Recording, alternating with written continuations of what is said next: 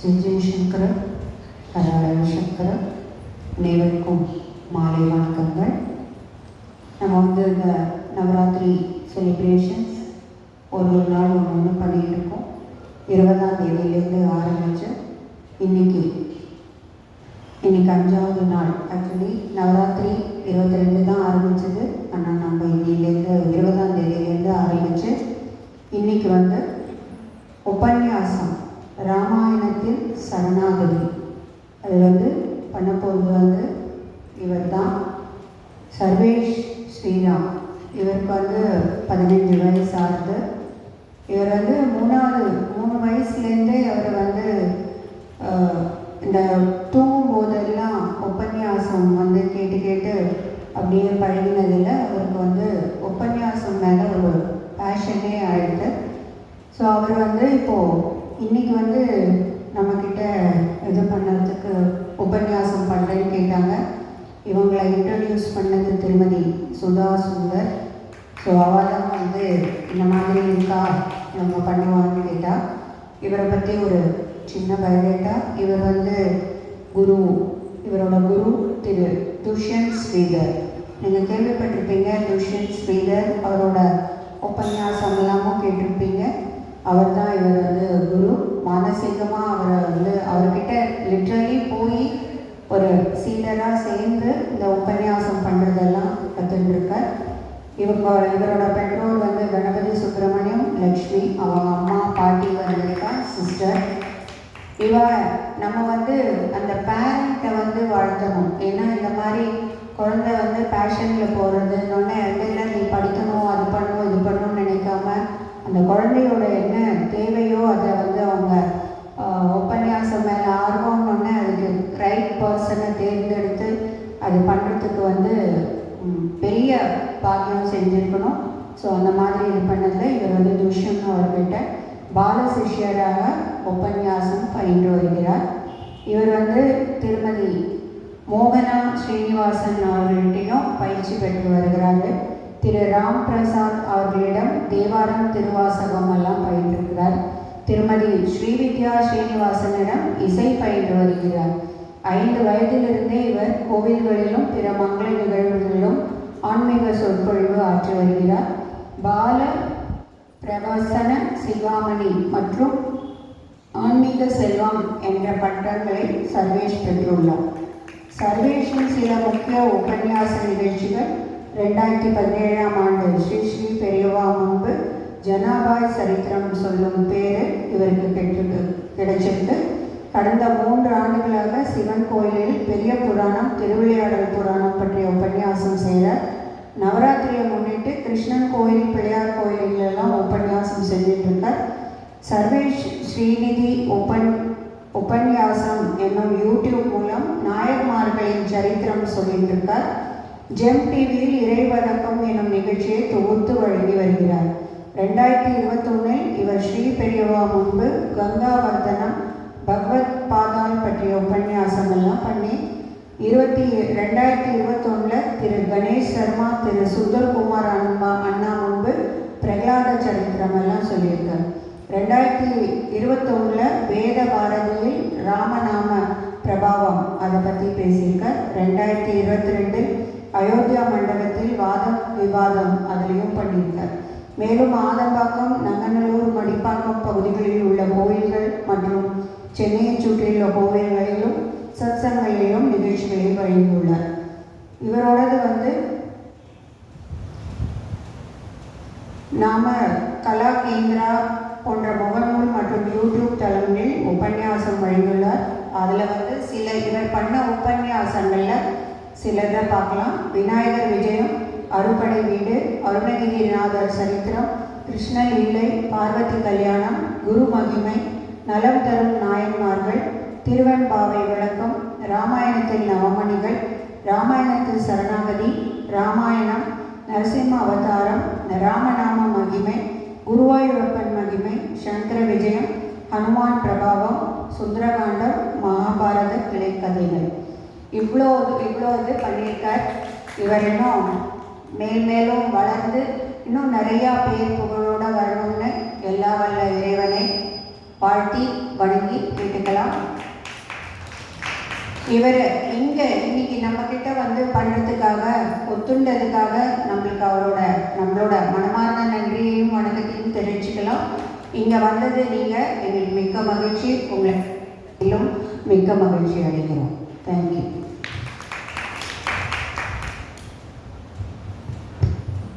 श्री गुरुभ्यो नमः। कूजन्तं रामरामेति मधुरं मधुराक्षरम् आरुह्य कविताशाखां वन्दे वाल्मीकि कोकिलं। वाल्मीके मुनिसिंहस्य कविता वनचारिणः शृण्वन् रामकथानाथं कोणयाहि परागतिम्। वेदवेद्ये जगत्पुंसि जाते दशरथात्मजे वेदप्राचेदशादासि साक्षात् रामायणात्मनः। अञ्जनानन्दनं वीरं जानकी शोकनाशनं कपीशमक्षहन्तारं वन्दे लङ्कां भयङ्करम्। मनोजवं मारुततुल्यवेगं जितेन्द्रियं बुद्धिमतां वरिष्ठं वातात्मजं वानरयुधमुख्यं श्रीरामदूतं शिरसा नमामि। அனைவருக்கும் அடியேனுடைய அன்பார்ந்த நமஸ்காரங்கள். இந்த நவராத்திரி நன்னாளை முன்னிட்டு அடியேனுக்கு கொடுக்கப்பட்டுள்ள தலைப்பு ராமாயணத்தில் சரணாகதி. பொதுவாகவே பகவானை அடையறதுக்கு 2 மார்க்கங்கள் இருக்கு. ஒன்று பக்தி மார்க்கம், இன்னொரு மார்க்கம் சரணாகதி. இந்த பக்தி மார்க்கத்தை பற்றி கிருஷ்ண பரமாத்மா தன்னுடைய பகவத்கீதையில கர்மயோகம் பக்தி யோகம்னு எடுத்திருக்கார்.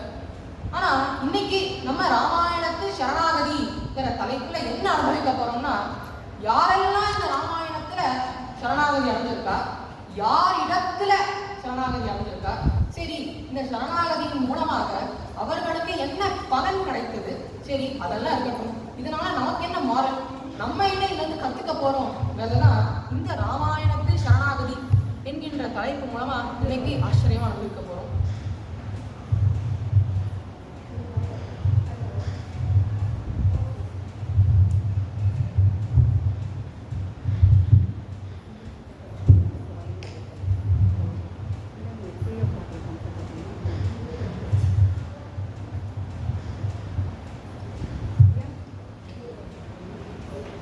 இந்த ராமாயணத்தை சரணாகதி சரித்திரம்னு சொல்லுவா.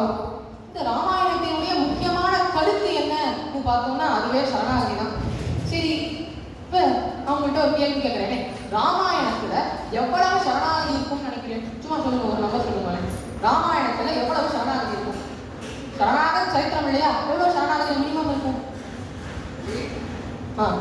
சொல்லுங்க யாராவது. 5ங்கிற பேர்பட்ட இந்த ராமாயணத்தையே சரணாகதி சரித்திரம்னு சொல்றோம்னா, இந்த ராமாயணத்துல 14 சரணாகதிகள் இருக்கு. அப்பேற்பட்ட இந்த 14 சரணாகதியை தான் இன்னைக்கு நம்ம ரொம்ப ஆச்சரியமா அனுபவிக்க போறோம். பொதுவாகவே இப்ப இந்த ராமாயணத்தை சரணாகதி சரித்திரம்னு சொல்றாங்க. ஒரு காவியம் இருக்கு, அந்த காவியத்தினுடைய சாரத்தை நம்ம எப்படி புரிஞ்சுக்கிறோம், அதை நம்மளால எப்படி ஐடென்டிஃபை பண்ண முடியாது அப்படின்னு பார்த்தோம்னா, இதற்கு பெரியவாழ்னா ரொம்ப அழகா 6 விதமான அடையாளங்கள் சொல்லுவா. முதல்ல உபக்கிரம உபசம்ஹாரம். அந்த காவியத்தினுடைய ஸ்டார்டிங்லயும் சரி எண்டிங்லயும் சரி ஒரே கருத்தானது சொல்லப்பட்டிருக்குன்னா அந்த காவியத்தினுடைய சாரமே அந்த கருத்து தான் அப்படின்னு நம்ம எடுத்துக்கலாம். இதைத்தான் உபக்கிரம உபசம்ஹாரம். ஸ்டார்டிங்லயும் ஒரே கருத்து, எண்டிங்லயும் ஒரே கருத்து, அதுதான் சாரம். அடுத்தது அபியாசக. மீண்டும் மீண்டும் ஒரே சரித்திரத்துல ஒரே காவியத்துல மீண்டும் மீண்டும் ஒரே கருத்து திரும்ப திரும்ப வந்துட்டே இருக்குன்னா அதைத்தான் நம்ம சாரமா எடுத்துக்கணும்னு ரொம்ப அழகா அடையாளம் சொல்லுவா. அடுத்ததா அபூர்வதா.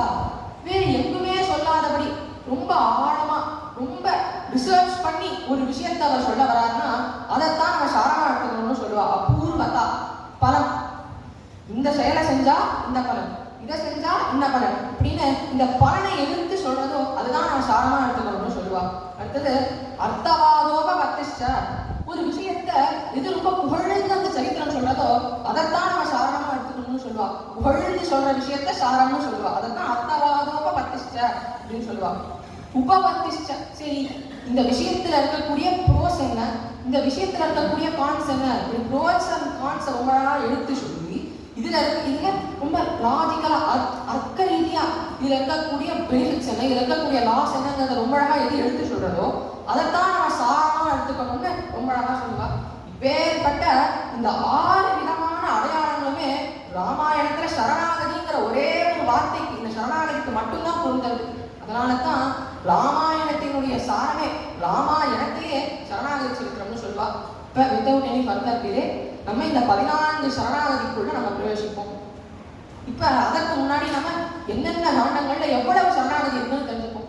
பால காண்டத்துல 4 சரணாகதி, அயோத்தியா காண்டத்துல 2 சரணாகதி, அரண்ய காண்டத்துல 1 சரணாகதி, கிஷ்கிந்தா காண்டத்துல 2 சரணாகதி, சுந்தர காண்டத்துல 2 சரணாகதி, யுத்த காண்டத்துல 2 சரணாகதி, உத்தர காண்டத்துல 1 சரணாகதி.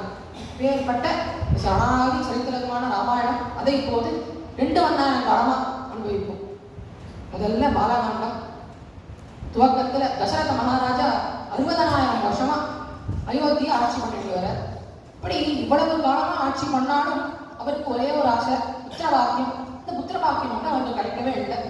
இருந்தாலும் தசரதர் இனிஷியல் ஸ்டேஜஸ்ல புத்திரன் இல்லையே அப்படின்னு வருத்தப்படலையாம். ஆனா ஒரு நாள் தேவேந்திரன் எல்லா அரசர்களையும் தேவலோகத்துக்கு இன்வைட் பண்ணியிருந்தான். ஆனா தசரதரை இன்வைட் பண்ணிட்டு தசரதருக்கு உண்டான ஆசனத்தை தேவேந்திரன் அழிக்கல.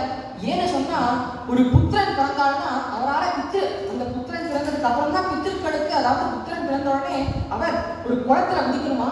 குளத்துல குதிச்சுட்டு எனக்கு புத்திரன் பிறந்து விட்டான்னு சொன்னதுக்கு அப்புறம் தான் அந்த ஒரு குளத்துல குதிச்சார் இல்லையா, அதுல இருந்து வெளிவரக்கூடிய அந்த நீரானது பித்திருக்களின் மீது படும். அப்பதான் அந்த பித்திருக்களுக்கு அவளுடைய சுகம், அவளுக்கு அப்பதான் சுகமே கிடைக்கும்னு சொல்லுவா. ஆனா தசரதற்கு தான் புத்திரனே பிறக்கணும் இல்லையா, அதனால அவர் பித்திருக்களுக்கு செய்ய வேண்டிய காரியங்களை அவரால் செய்ய முடியல. அதனால தேவேந்திரன் அவர் அவமதிச்சுட்டார். இதனால தசரதற்கு ரொம்ப வருத்தமாயிட்டது. சரி, இதனால நம்ம எப்படியாவது ஒரு புத்திரனை வெற்றி ஆகணும்னு சொல்லிட்டு அப்ப தசரதர் பண்ணக்கூடிய யாகம் தான் இந்த புத்திரகாமேஷ்டி யாகம்.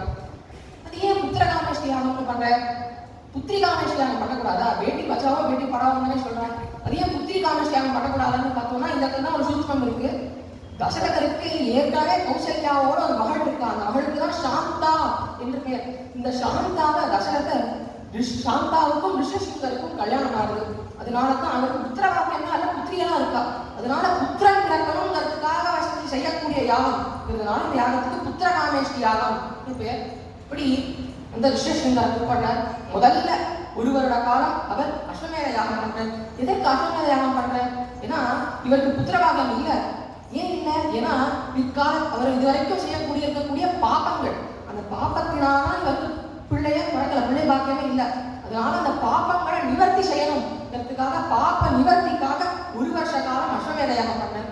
அந்த அஸ்வமேத யாகம் முடிந்த பின்பு 1 வருட காலம் அவர் புத்திரகாமேஷ்டி யாகம் பண்றார். இந்த ரிஷசிங்கரோட உதவி வச்சு அப்படி அந்த யாகமானது அதனுடைய பூர்த்தியை நோக்கி போயிட்டு அந்த சமயத்துலதான் ரிஷசிங்கர் இந்திராய சுவாகா அப்படின்னு ஒரு தேவதைக்கும் அவர் அக்னியின் மூலமாக அபிர்வாகம் கொடுக்கிறார். நமக்கு சந்தேகம் வரும் இல்லையா, இதுக்கு நம்ம அக்னியின் மூலமா கொடுக்குறோம்? ஏன்னா அக்னி தான் ஒரு மீடியேட்டர், ஒரு மெசஞ்சர் மாதிரி வச்சுக்கோங்க. இப்ப இந்திராய சுவாகான்னு நம்ம அக்னியில போட்டோம்னா அக்னி இதை கொண்டு போய் எப்படி ஒரு போஸ்ட் ஆஃபீஸ் நம்ம போஸ்ட் போடுறோமோ, போஸ்ட்மேன் எப்படி அதை கொண்டு போய் சேர்ப்பாரோ அதே ரோல தான் இந்த அக்னி எடுத்துக்கிறார். அவர் டைரக்டா அந்த அபிர்வாகத்தை எடுத்துட்டு டைரக்டா இந்த இடத்துக்கு கொண்டு சென்றுடுவார். இப்ப நம்ம ஆஃபீஸ்லாம் போனோம்னா பியூன்னு இருப்பா இல்லையா, நம்ம ஒரு டாக்குமெண்ட்டை யாரையாவது சப்மிட் பண்ணணும்னா அந்த பியூன்ட்ட சொல்லி கொடுத்துரும், அவங்க கரெக்டாக கொண்டு போய் சப்மிட் பண்ணுவார். அதே போலதான் அக்னியும். ஆனா தசரதன் செய்யக்கூடிய யாகம் எப்பேற்பட்ட யாகம்னா அந்த அபிர்வாகத்தை வாங்கிக்கிறதுக்காக சாட்சா தேவேந்திரனே வந்துடுவான். தேவேந்திரன் என்ன, அக்னி என்ன, வாயு என்ன, சூரியன் என்ன, சந்திரன் என்ன, பிரம்மா என்னன்னு எல்லாரும் டைரக்டா அந்த புத்திரகாமேஷ்டி யாகத்துக்கு வந்து தசரதன் கொடுக்கக்கூடிய அந்த அபிர்வாகத்தை எடுத்துக்கிறார். இப்படி 33 கோடி தேவர்களும் அங்க வந்து அவளுடைய அபிர்வாகத்தை வாங்கிட்டு அங்க காத்துட்டு இருக்கார். இதற்காக காத்துட்டு இருக்கார். ஏன்னா அந்த தேவாதி தேவனான நாராயணனும் அவரினுடைய அபிர்வாகத்தை வாங்கிக்கிறதுக்காக வருவார். அதனால அந்த தேவாதி தேவனான அந்த நாராயணனுக்காக காத்துட்டு இருக்கார். அப்ப நாராயணனும் அந்த கருடன் மேல வந்துட்டு இருக்கார். எப்படி வராருன்னா சர்வாலங்கார பூஷிதனா பட்டு பீதாம்பரம் கட்டிட்டு சங்கு சக்கரம் கதைங்கிற ஆயுதங்கள்லாம் வச்சுட்டு அவர் ரொம்ப லேட்டா நாராயணன் வர. இப்ப நமக்கு சந்தேகம் வரும் இல்லையா, சரி எதற்கு இந்த 33 கோடி தேவர்கள் வெயிட் பண்ணிட்டு இருக்கா, எதுக்கு வர வெயிட் பண்றாங்கன்னா சரணாகதி செய்யணுங்கிறதுக்காக வெயிட் பண்ணிட்டு இருக்கா. சரி ஓகே, இவா சரணாகதி செய்யணும்னு வெயிட் பண்ணிட்டு இருக்கா. அப்படி இருக்கிறப்ப நாராயணன் எதற்கு இவ்வளவு லேட்டா சர்வாலங்கார பூஷிதனா பட்டு பீதாம்பரம் கட்டிட்டு, அதுவும் இல்லாம அபிர்வாகம் தான் அவங்களுக்கு வர, அதற்கு இவ்வளவு ஆயுதங்கள் சங்கு சக்கரம் கதை இதெல்லாம் எதுக்கு எடுத்துட்டு வர நமக்கு சந்தேகம் வரும் இல்லையா.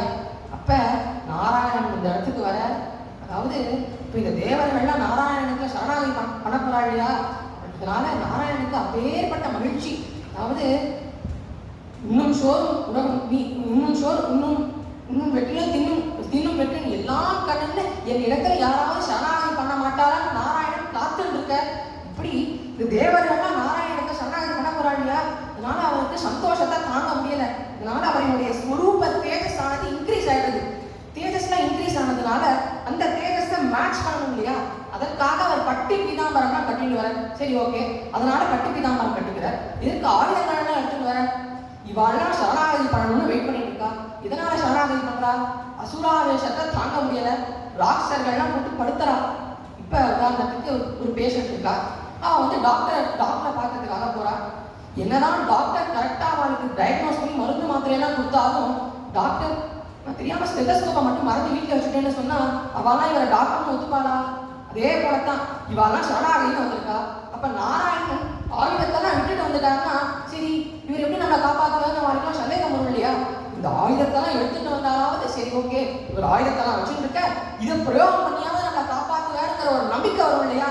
அந்த நம்பிக்கைக்காகத்தான் இத்தனை ஆயுதங்களையும் எடுத்துட்டு நாராயணன் கொஞ்சம் டிலேயோட வர.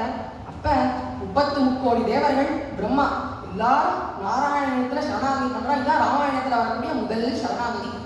இந்த மாதிரி அசுராவேஷம் தாங்கல, எல்லா அசுரர்களும் எங்க கிட்ட இருந்து தான் வரலாம் வாங்கிட்டார்.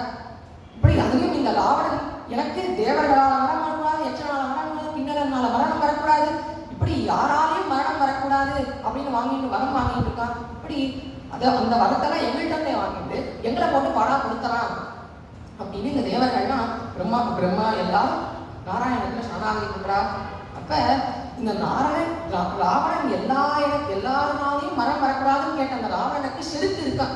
அவ என்ன நினைச்சுக்கிறான்னா சரி இவாராதான் ஒருவேளை எனக்கு மரணம் வந்தா வரலாம், ஆனா போய் இந்த சாதாரண மனிதர்கள் இந்த விலங்குகள்னால எனக்கு மரணம் வர முடியாது அப்படின்னு அந்த ராவணனுக்கு செலுத்து. அதனால அபாலனா மட்டும் எக்ஸப்ஷனல் கேஸ்ல விட்டுடுறான். அதனால தேவர்கள்லாம் நாராயணத்துல சரணாகதி பண்ணி நீங்க தசரதன் அதாவது 10 திசைகளையும் ரதத்தை செலுத்துவார். North south, north east, north west, south east, south west, இப்படி 10 திசைகளையும் ரத்த செலுத்தக்கூடிய தசரதனுக்கு மகனாக பிறந்து தசமுகனான 10 தலைகளோட கொண்டு இருக்கக்கூடிய ராவணனை நீங்க தான் சம்ஹாரம் பண்ணணும், நீங்க தான் வதம் பண்ணணும்னு பிரார்த்தனை பண்ணிக்கிறார். அப்ப நாராயணனும் கவலைப்படாதோ, உங்களினுடைய ஆசைக்கு ஏற்பவே நான் தசரதனுக்கு மகனா தாசரதியா அவதாரம் பண்ணி இந்த தசமுகனான ராவணனை வதம் பண்றேன் அப்படின்னு சொல்றாரு. இந்த ராவணனுக்கு ஒரு சாபம் இருக்கு. அது என்னன்னா, ஒரு வாட்டி ராவணன் இந்த நந்திதேவரை பார்த்து உன்னுடைய முகமானது மாடினுடைய முகமா இல்லது குரங்கு முகமா அப்படின்னு வானத்தினுடைய முகமானு கேள்வி பண்ணிடுறாரு. இதனால நந்திதேவருக்கு கோபம் வந்து உன்னுடைய மரணத்துக்கு வானரங்கள் ஒரு விதத்துல காரணமாடுவா அப்படின்னு சாபம் கொடுத்துடுறாரு.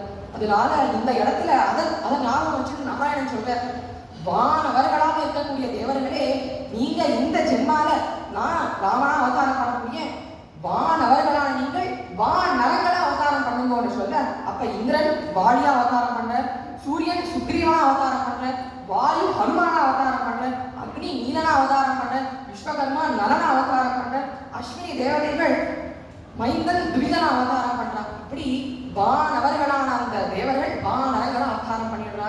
அப்ப சாட்சாத் அந்த நாராயணன் ராமராகவும் லக்ஷ்மணன் ஆதிசேஷனுடைய அம்சமாகவும் சக்கரத்தினுடைய அம்சமான பரதனும் பாஞ்சஜன்யங்கிற சக்தியினுடைய அம்சமான சத்ருகனும் அவதாரம் பண்றார்.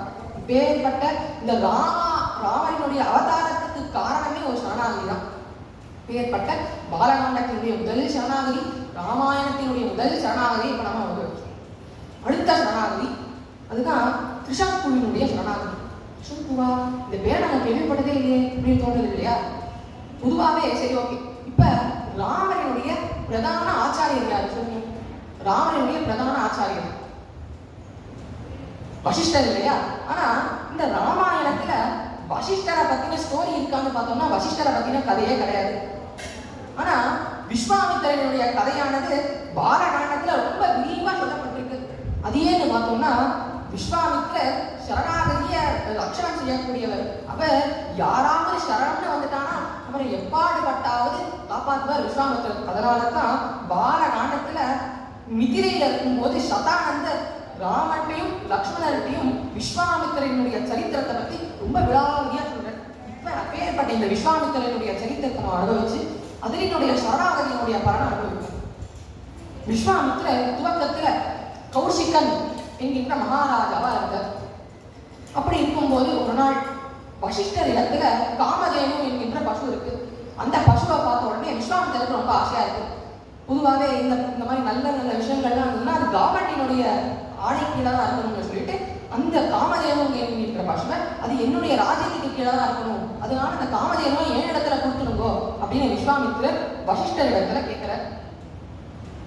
அதற்கு வசிஷ்டர் சொல்ற, அப்பா காமதேனு என் இடத்துல ரொம்ப காலமா இருக்கு, அதனால நான் சொன்னாலும் காமதேனு வருமானு தெரியல, நீ காமதேனு இடத்துல கேட்டுப்பாரு, காமதேனு ஓகேன்னு சொல்லிட்டா நீ காமதேனு கூட்டிட்டு போ அப்படின்னு சொல்லிடுறேன். இப்ப காமதேனுட்ட போய் இந்த விஸ்வாமித்திரன் கேட்டு பார்க்கிற, காமதேனு மறுத்துடுது.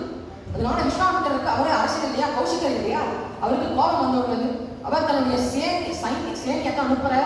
ஆனா காமதேனுடைய சரீரத்திலிருந்து ஒரு சைன்யமானது கிளம்பி வர்றது. அந்த சைன்யம் இவரினுடைய சைன்யத்தை துவம்சம் பண்ணிடுறது. இப்ப பார்த்தோன்னே விஸ்வாமித்திரருக்கு ஒரே அதிசயமா இருக்கு, என்னடா போய் காமதேனுக்கு அந்த சைன்யமானது என்னுடைய சரீரத்தை அடிச்சுட்டு அப்படின்னு சொல்லிட்டு, ஓகே இதற்கு இந்த வசிஷ்டர் தான் காரணம் அப்படின்னு நினைச்சுட்ட விஸ்வாமித்திரர் கட்டுமையா சிவபெருமான நோக்கி தவம் பண்ணி அந்த சமகார மூர்த்தியான அந்த சிவபெருமான இடத்திலிருந்து நிறைய அஸ்திரங்கள்லாம் வாங்கிக்கிற. இந்த அஸ்திரங்கள் எல்லாம் வாங்கிட்டு டைரக்டா இந்த வசிஷ்டரை தாக்கணும் எண்ணத்தோட வர.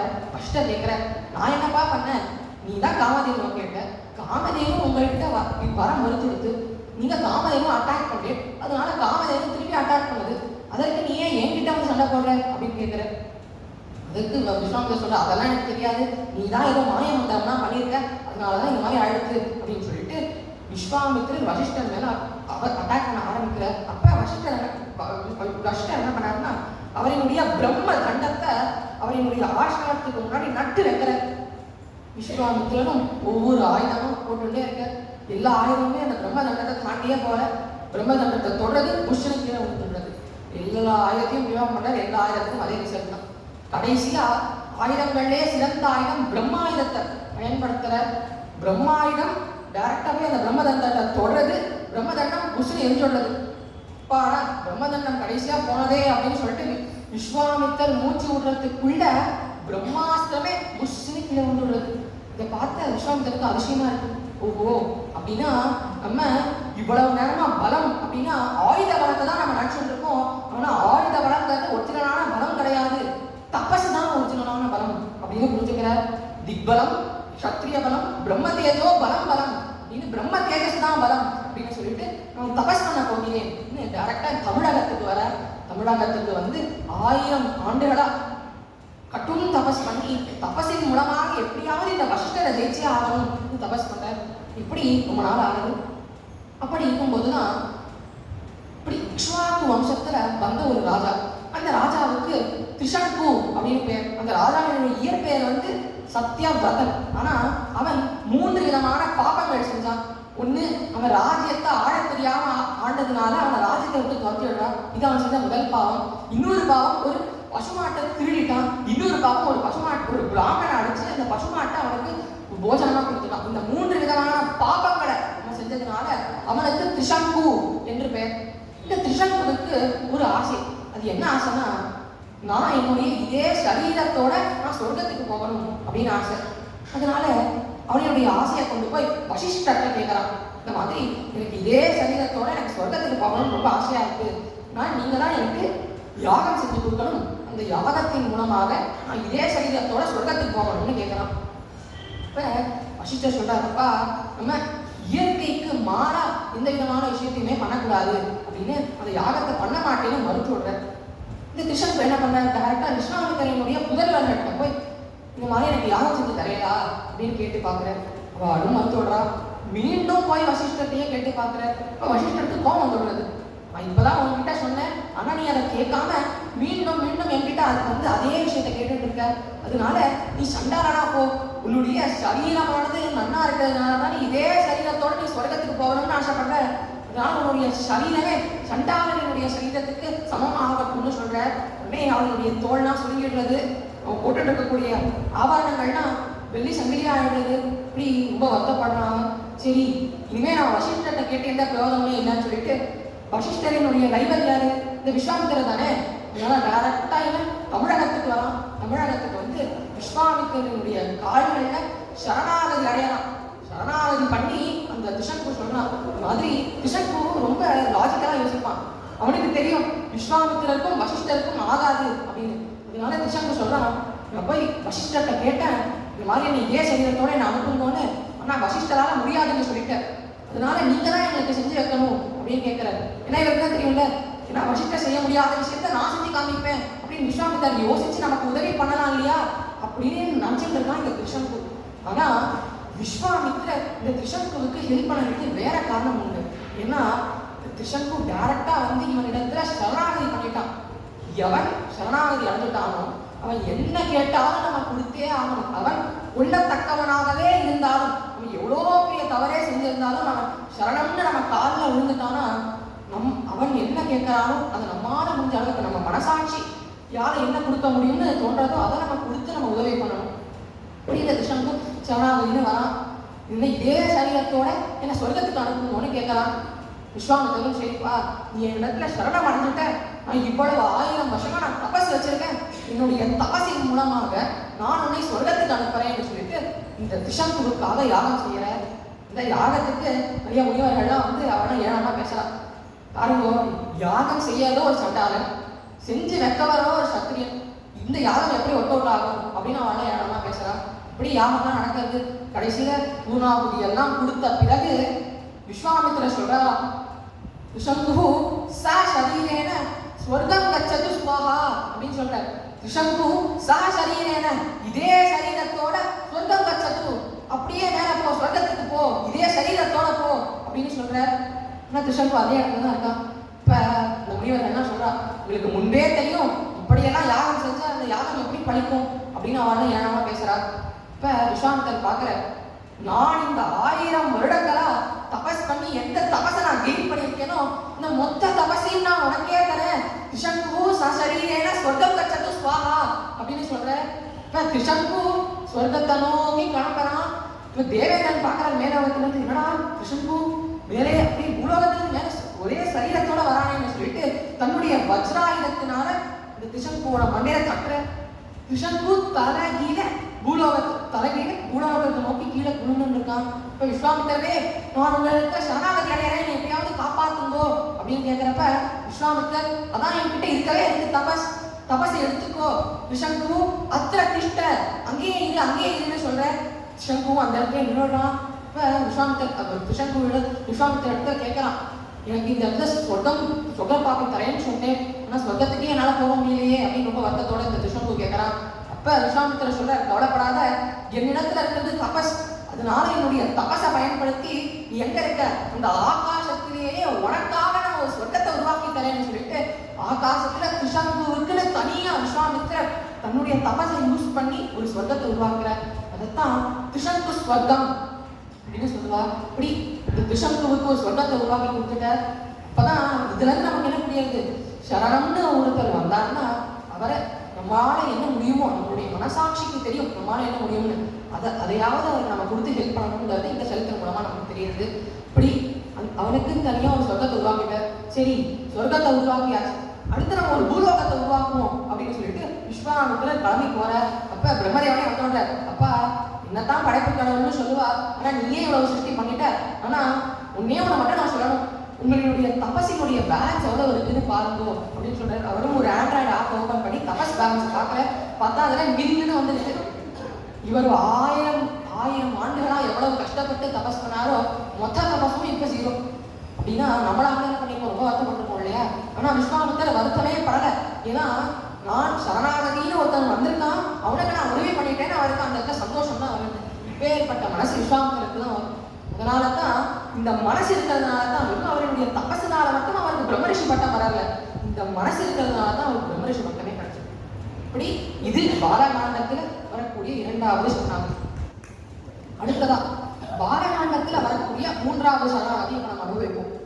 இதுல என்ன அல்டிமேட்னா, இந்த 3வது சரணாகதியிலையும் விஸ்வாமித்திரர் இன்வால்வ் ஆயிருக்கு. அதான் இப்போ நம்ம அனுபவிப்போம். அதாவது இந்த விஸ்வாமித்திரர் முதல்ல கௌசிக ராஜான்னு இருந்தாரு நான் சொன்னேன் இல்லையா? அந்த கௌசிக ராஜாவுக்கு ஒரு தங்கை இருந்தா. அந்த தங்கைக்கு சத்தியவதி அப்படின்னு பேர். இந்த சத்தியவதிக்கும் ரிஷியான ரிச்சிகர் அப்படிங்கிறவருக்கும் திருமணம் ஆகுது. இவாளுக்கு 3 மகன்கள். அதுல நடு மகனுக்கு சுனஷ்யபன் அப்படின்னு பேர். இப்படி இருந்துருக்கிறப்ப இந்த இடத்துல பார்த்தோம்னா இப்ப நம்ம டைம் லைனை பார்க்கணும். இப்ப கிருஷ்ணனுக்கு வரைக்கும் இருந்தா இல்லையா, இப்ப தபசு போயிடுது விஸ்வாமித்திரருக்கு.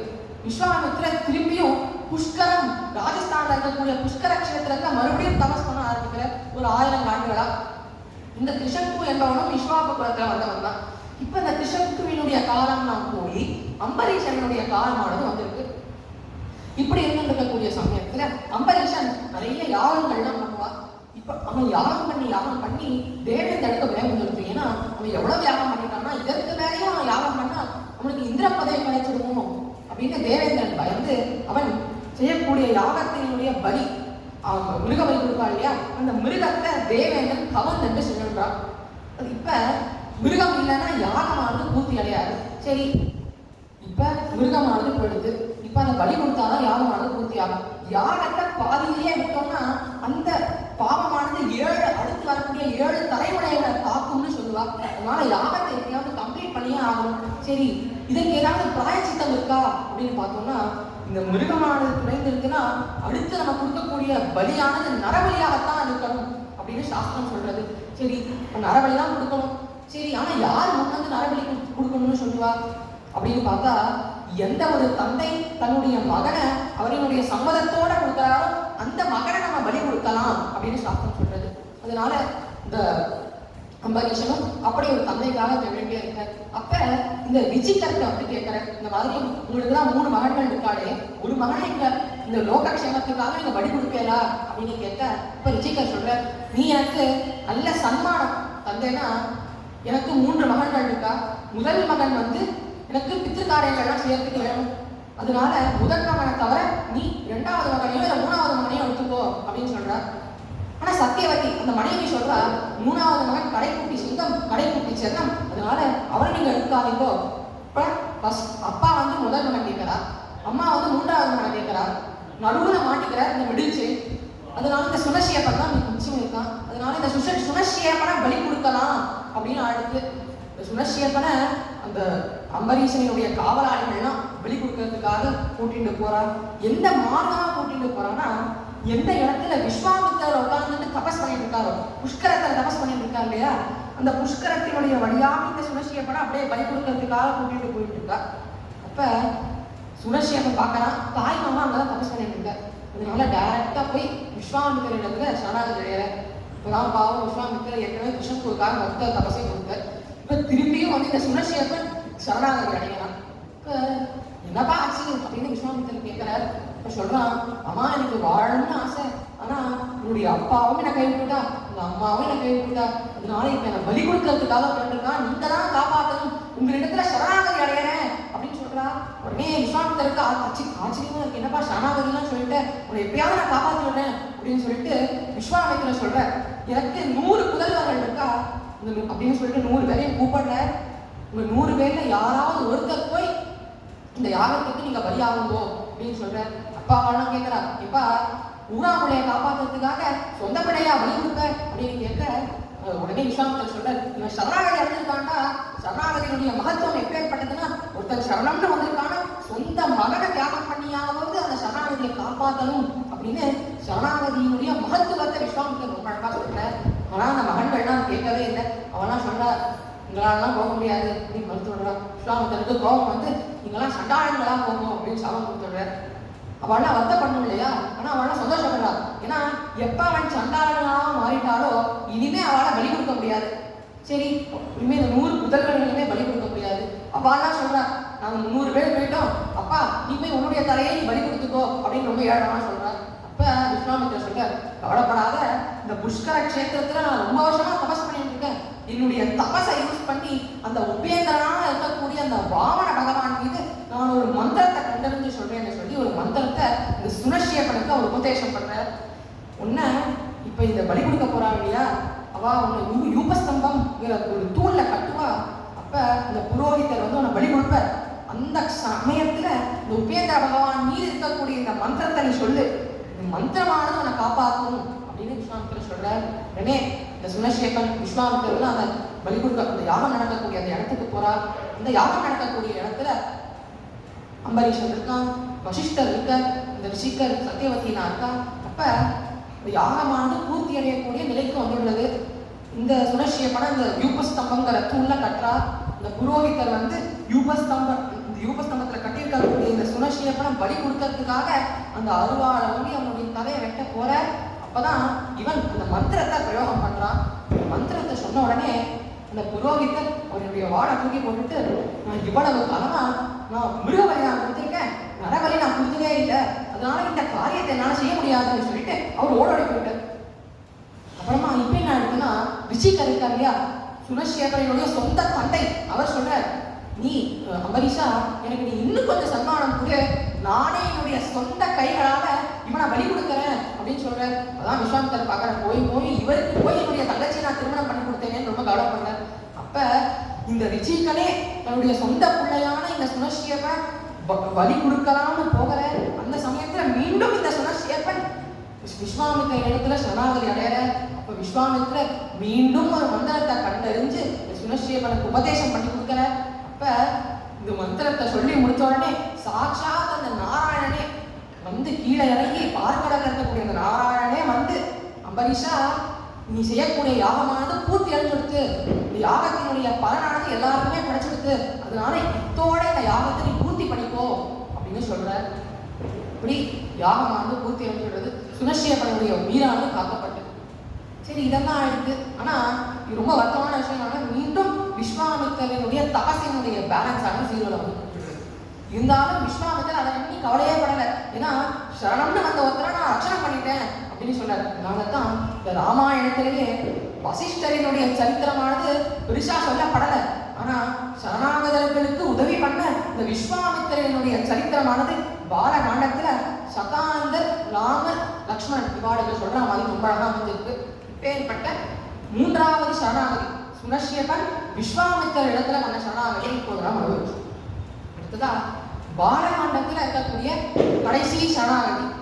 இப்ப பொதுவாகவே சரணாகதி யார் வேணாலும் பண்ணலாம், எப்ப வேணாலும் பண்ணலாம், என்ன நேரத்துல வேணாலும் பண்ணலாம். ஆனா ஒன்னே ஒண்ணு இருக்கு, நம்ம யார் இடத்துல பண்ணணுங்கிறது இருக்கு. நம்ம யார் இடத்துல பண்ணணும்னா அவளா பகவான் இடத்துல பண்ணணும், இல்லைன்னா ஒரு ஆச்சாரியன் இடத்துல பண்ணணும். இல்லைன்னா நம்ம சரணாகதி ஆனது படிக்காது. அந்த சரணாகதி செய்யக்கூடியவர்களுக்கு நம்மளை காக்கிற அளவுக்கு தெம்பு இருக்கணும், அந்த சரணாகதியை ஏற்றுக்கிற அளவுக்கு மனப்பக்குவம் இருக்கணும். இப்படி இது ரெண்டும் இருந்தாலும் அந்த சரணாகதியானது படிக்கும். இப்போ இந்த நான்காவது சரணாகதியானது படிக்கிற இந்த சரணாகதி இப்போதான் படிக்கும். ராம சீதா கல்யாணம்லாம் அடுத்து இப்படி ராமர், லக்ஷ்மணன், பரதன், சத்ருகனன் இவா எல்லாருமே திருமணம் ஆயிடுது. இவா எல்லாருமே பரிவாரங்களோட அயோத்தியை நோக்கி வந்துட்டு இருக்கா. அந்த சமயத்துலதான் பரசுராமர் வர. பரசுராமர் வந்து, எப்பா ராமா, நீ ஏதோ சிவதனுஷெல்லாம் முடிச்சுட்டு சீத்தையை கல்யாணம் பண்ணிக்கிறியாமே, பேர்பட்ட வீரனாமே நீ, அப்படி என்றால் நான் முடிக்கிறேன், என்னுடைய விஷ்ணு தனுசு நீ கையாண்டு காமி, இந்த விஷ்ணு தனுசுக்கு நீ நான் என்ன ஜெயிச்சு காமி அப்படின்னு பரசுராமர் சொல்ற. இப்ப நமக்கெல்லாம் சந்தேகம் வந்து இல்லையா, பரசுராமரே பகவானினுடைய அவதாரம், ராமரும் பகவானினுடைய அவதாரம். அப்படி இருக்கிறப்ப ரெண்டு அவதாரங்களும் எப்படி சண்டைப்படலாம் சந்தேகம் வருது இல்லையா. இதுல பார்த்தோம்னா பகவான் எடுத்திருக்கக்கூடிய இந்த 10 அவதாரங்கள்ல வெறும் 2 அவதாரம் மட்டும்தான் பூர்ண புண்ணிய அவதாரம் அப்படின்னு சாதிப்பார். அது என்னன்னா, இந்த 2 அவதாரங்கள்னா ராமாவதாரம், மற்றொன்று கிருஷ்ணாவதாரம். இந்த 2 அவதாரம் மட்டும்தான் சாட்சாத் அந்த பகவான் அந்த பார்க்கடல் இருக்கக்கூடிய அந்த நாராயணனே கீழே இறங்கி வரக்கூடிய அவதாரங்கள் இந்த 2 அவதாரம் தான். பரசுராம அவதாரத்தை வச்சிருந்தோம்னா அவர் ஒரு சாதாரண ஜீவாத்மா. ஆனா அந்த ஜீவாத்மாவுக்குள்ள பலம் அப்படிங்கிற சக்திய பகவான் இன்டென்ஸ் பண்ணியிருக்கார், உள்ள செலுத்திருக்கார். அதனால பரசுராம அவதாரம் அப்படிங்கிறது ஒரு சக்தி ஆவேச அவதாரம் தான். ஆனா இந்த சக்தி ஆவேச அவதாரமான பரசுராமரால பூர்ண புண்ணியாவதாரமான ராமாவதாரத்துக்கு முன்னாடி இருக்க முடியாது. இப்படி பரசுராமர் ராமனை கூப்பிடுறாரு இல்லையா, இந்த இடத்துலதான் 4வது சரணாகதியானது நடக்கிறது. தசரதன் பரசுராமனுடைய கால்கள்ல சாஷ்டாங்கமா நமஸ்காரம் பண்ணி சரணாகதி அடையாரு. இங்கதான் ஏன்னா சீதா கல்யாணம் ஆகும்போது ராமருக்கு வயசு 12 வயசு சிறு பிள்ளை தெரியாம பண்ணிட்டான். இங்கதான் மனுஷன் அனுகிரகம் பண்ணணும்னு பரசுராமனுடைய கால்கள்ல தசரத சரணாகதி அடையாரு. ஆனா நம்ம சொன்னோம் இல்லையா, சரணாகதி பண்றவர் அவருக்கு பலம் இருக்கணும், இன்னொன்று சரணாகதியை ஏத்துக்கிற அளவுக்கு மனப்பக்குவம் இருக்கணும். ஆனா பரசுராமரிடத்துல பலம் இருந்தாலும் அதை ஏத்துக்கிற அளவுக்கு மனப்பக்குவம் இல்லை. அதனால தசரதனை தன்னுடைய காலால எத்தி உடைச்சுட்டு தசரதனும் மூச்சையே கீழே விடணும். இப்படி இதெல்லாம் ஆயிடுது. அதனால பாலகாண்டத்தினுடைய 4வது சரணாகதியை படிக்கிற.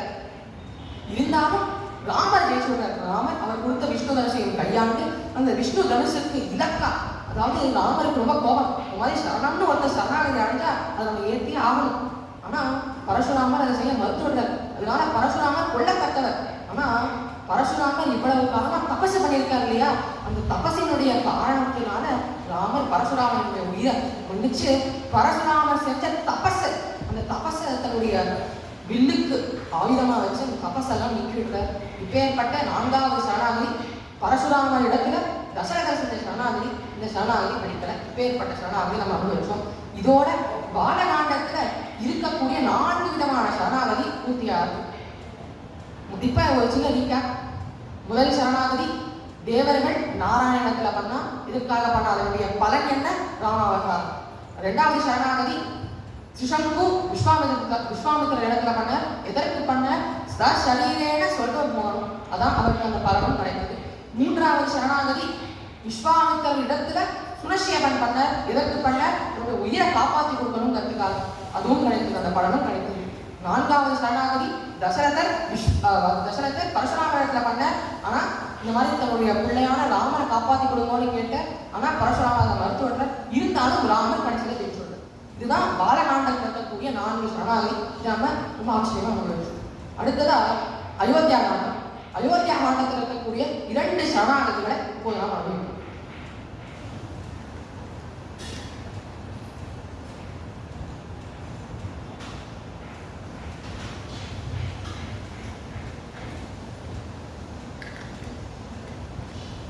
கைகேயினுடைய பேய வரங்கள்னால ஒரு வரம் பரதன் நாடாளணும் அப்படின்னு, 2வது வரம் 14 வருஷம் ராமர் கானகத்தே செல்லணும் அப்படின்னு 2 வரங்கள் தசரதர் இடத்துல கேட்கிறார். அதனால தசரதரும் ஆக்னியை பிறப்பிக்கிறார், இந்த மாதிரி பரதனை நாடாளணும், ராமர் 14 வருஷம் கானகத்தே செல்லணும் அப்படின்னு ஆணையிட்டார். அதனால ராமரும் காட்டுக்கு செல்லலாம் அப்படின்னு சொல்லிட்டு அம்மா இடத்துல கௌசல்யா இடத்துல பர்மிஷன் வாங்கலாம்னு போறார். அப்ப இதுவரைக்கும் நடந்திருக்கக்கூடிய விஷயங்கள்லாம் கௌசல்யாவுக்கு தெரியாது.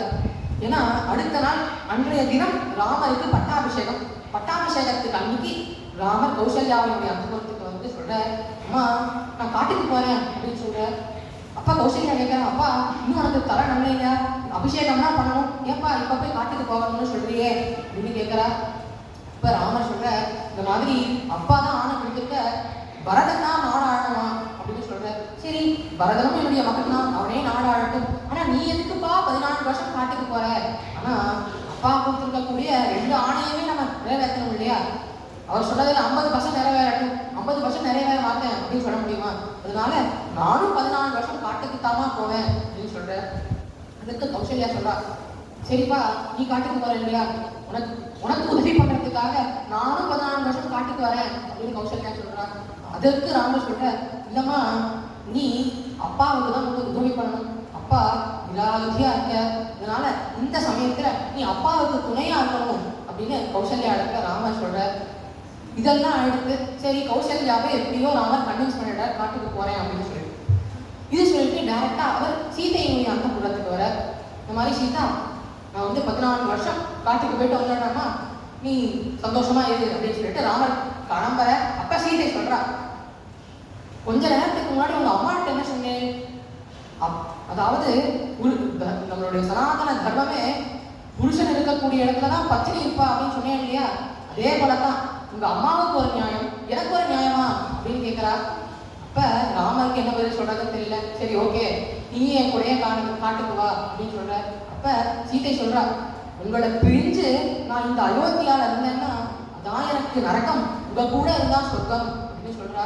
அதான் அதனால அந்த பழமொழியா வந்தது, சீதை ராமர் இருக்கக்கூடிய இடம் தான் சீதைக்கு அயோத்தி அப்படின்னு சொல்லுவா இல்லையா. அது போல இப்படி ராமரும் சீதையும் காட்டுக்கு கிளம்பலாம் அப்படின்னு இவா 2 பேரும் உள்ள பேசிட்டு இருக்கா இல்லையா. இந்த சமயத்துல லக்ஷ்மணன் அவளுடைய அந்தப்புறத்துக்கு வெள்ள கை காட்டுங்க நின்றுட்டு இருக்க. ராமர் சீதை இவா ரெண்டு பேரும் வெளில வந்த உடனே சீதையினுடைய காலில் விழுந்த சீதைய புருஷகாரமா வச்சுட்டு ராமனுடைய திருவடிகள்ல லக்ஷ்மணன் சரணாகதி அடையற.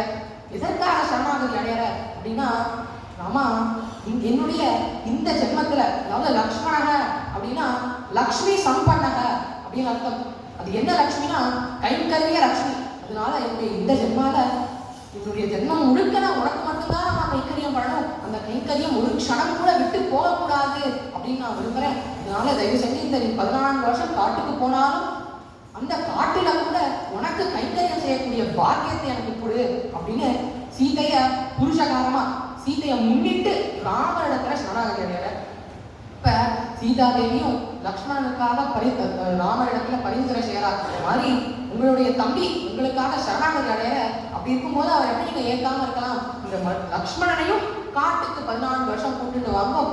லக்ஷ்மணனுக்கு உங்களிடத்துல இந்த மாதிரி உங்களுக்கு தேவையான எல்லா சேவைகளையும் செய்யறதுக்கான பாக்கியத்தை கொடுக்கும் அப்படின்னு சீதை ராமரிடத்துல சொல்லி அந்த சரணாகதியை ஏற்க வைக்கிறார். அதாவது இதுல என்ன ஆசைன்னு பார்த்தோம்னா, ராமருக்கு கூட அயோத்தியா என்கின்ற ராஜ்யமானது 14 வருஷம் எடுத்து.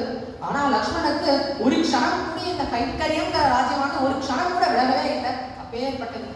இதற்கு ஒரு உதாரணம் சொல்லணும்னா, ஒரு கவர்மெண்ட் ஆஃபீஸர் இருந்தார். அவர் சம்பாதிக்கிற அவர் ஒரு ஃபுட்டி. அதனால அவர் சாப்பிட்றதுக்காகவே ஒரு ஆளை வச்சுட்டு தினமும் 2 கறி 2 கூட்டு 2 அப்பளம் 2 டம்ளர் பாயசம் சாப்பிடுவார். இப்படி இருந்துருக்கு. அவர் கவர்மெண்ட் ஆஃபீஸர் இல்லையா, ஒரு சர்டன் ஏஜுக்கு மேலே அவர் ரிட்டையர் ஆகிடுவார். ரிட்டையர் ஆனதுக்கப்புறம் என்னது பென்ஷன் தான். பென்ஷன் பாதி சம்பளம். அதனால அந்த சமயக்காரனை கூப்பிட்டு சொல்றாருப்பா, ரிட்டையர் ஆகிட்டேன், எனக்கு இனிமேல் பென்ஷன் தான் வரும், பாதி சம்பளம் தான். அதனால நீ எல்லாத்தையும் பாதி ஆக்கிடு. ஒரு கறி 1 கூட்டு 1 டம்ளர் பாயசம், எனக்கு 1 அப்பளம் 1 டம்ளர் பாயசம் போதும்பா, எல்லாத்தையும் பாதி ஆக்கிட்டு சம்பளமும் பாதி தான் தருவேன் அப்படின்னு சொல்லிடுறாரு. இதெல்லாம் ஆயிடுது. என்னதான் இப்படியெல்லாம் குறைச்சாலும் செலவு மட்டும் ஆயிட்டே இருக்கு. அவருக்கு புரியவே இல்லை. எல்லாத்தையும் குறைச்சிட்டோம், அப்படி இருக்கும்போது இப்படி செலவு ஆகுது அப்படின்னு சொல்லிட்டு இந்த செலவு ஆகுறதுனாலே அவருக்கு பிபி ஏறுறது, அதனால நிறைய வியாதி வருது, அதனால போய் டாக்டர் பார்க்குறேன், அதுலேயும் செலவாகுது. அவர் மருந்து கொடுக்குறாரு, அதுலேயும் செலவாகுது. இப்படி செலவு ஆகிட்டே இருக்கு, பட்ஜெட் ஏறிட்டே இருக்கு. பார்க்குறேன் எதனால இப்படி செலவாகிட்டே இருக்கு அப்படின்னு யோசனை பண்ணி பார்க்குறேன். அப்படி இருக்கும்போது ஒரு நாள் அவர் கிச்சனுக்குள்ள போய் பார்க்குறேன். பார்த்தா அந்த சமயக்காரன் 2 கறி 2 கூட்டு 2 அப்பளம் 2 டம்ளர் பாயசம் வச்சுட்டு சமயக்காரன் மட்டும் சாப்பிட்டுட்டே இருக்கான்.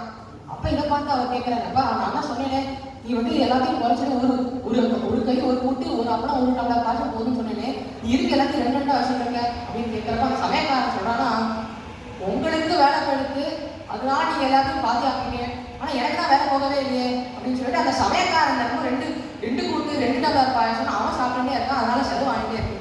இதன் மூலமா நம்ம என்ன புரிஞ்சுக்கிறோம்னா, ராமருக்கே 14 வருஷம் அந்த அயோத்திங்கிற ராஜ்யம் போனாலும் லக்ஷ்மணனுக்கு கைங்கரிய ராஜ்யங்கிறது ஒரு க்ஷணம் கூட போகல அப்படிங்கிறது இதன் மூலமா தெரியுது. இப்படி இந்த ராமாயணத்தினுடைய 5வது சரணாகதி லக்ஷ்மணன் ராமனிடத்துல செஞ்சார். எதற்காக செஞ்சார்? எப்போதுமே இந்த கைங்கரிய லட்சுமி என்னை விட்டு விலகக்கூடாதுன்னு செஞ்சார். அதுவும் கிடைத்தது. இந்த 5வது சரணாகதி நம்ம இருக்கும். அடுத்தது 6வது சரணாகதி. இந்த 6வது சரணாகதி தான் பரதன் ராமனிடத்துல செய்யக்கூடிய சரணாகதி. இந்த சரணாகதியை தான் பாதுகா பட்டாபிஷேகம் அப்படின்னு ரொம்ப அழகா சுவாமி வேதாந்த தேசிகனே பாதுகா சஹஸ்ரம் அப்படின்னு இதன் மேல ரொம்ப அழகா ஒரு காவல் வச்சிருக்க. அப்பேற்பட்ட சரணாகதி இப்போது நான் வைப்போம். இப்படி பரதன் வர நாட்டுக்கு வர அப்பதான் தெரியுது அப்பா மரணம் அடைஞ்சுட்டார் அப்படின்னு. அப்ப பரதன் சொல்றானா, இந்த மாதிரி அப்பா பானகம் போயிட்டார், அண்ணாவோ பானகம் போயிட்டார் அப்படின்னா மிஞ்சம் இருக்கக்கூடிய இந்த ராஜ்யத்தை நான் பானகம் போல எடுத்துப்பேன்னு நினைக்கிறேளா அப்படின்னு சொல்லிட்டு பரதன் ராமர் இருக்கக்கூடிய சித்திரக்கூட்டத்தை நோக்கி கிளம்புறார். இப்ப எதற்காக? அதுவும் தாய்மார்கள் உடை சூழ சத்ருகனோட எல்லா அயோத்தி மக்களோட கூட அவர் சித்திரக்கூட்டத்துக்கு வர. அப்பதான் ராமர் மீட் பண்ணி சொல்றாரு, இந்த மாதிரி அப்பாவும் போயிட்டார், இனிமே இந்த ராஜ்யத்தை நீங்க தான் ஆளணும் அப்படின்னு வேண்டிக்கார். அப்ப ராமர் சொல்றார், அப்பா நம்ம அப்பா கைகேயிய கல்யாணம் பண்ணும் போது கேகேயன் இடத்துல அவர் சத்தியம் பண்ணி கொடுத்தார். அது என்னன்னா, எங்களுக்கும் எங்க 2 பேருக்கும் பிறக்கக்கூடிய குழந்தை தான் அடுத்து எனக்கு அப்புறமா இந்த ராஜ்யத்தை ஆளும் அப்படின்னு ஒரு சத்தியம் பண்ணி கொடுத்த.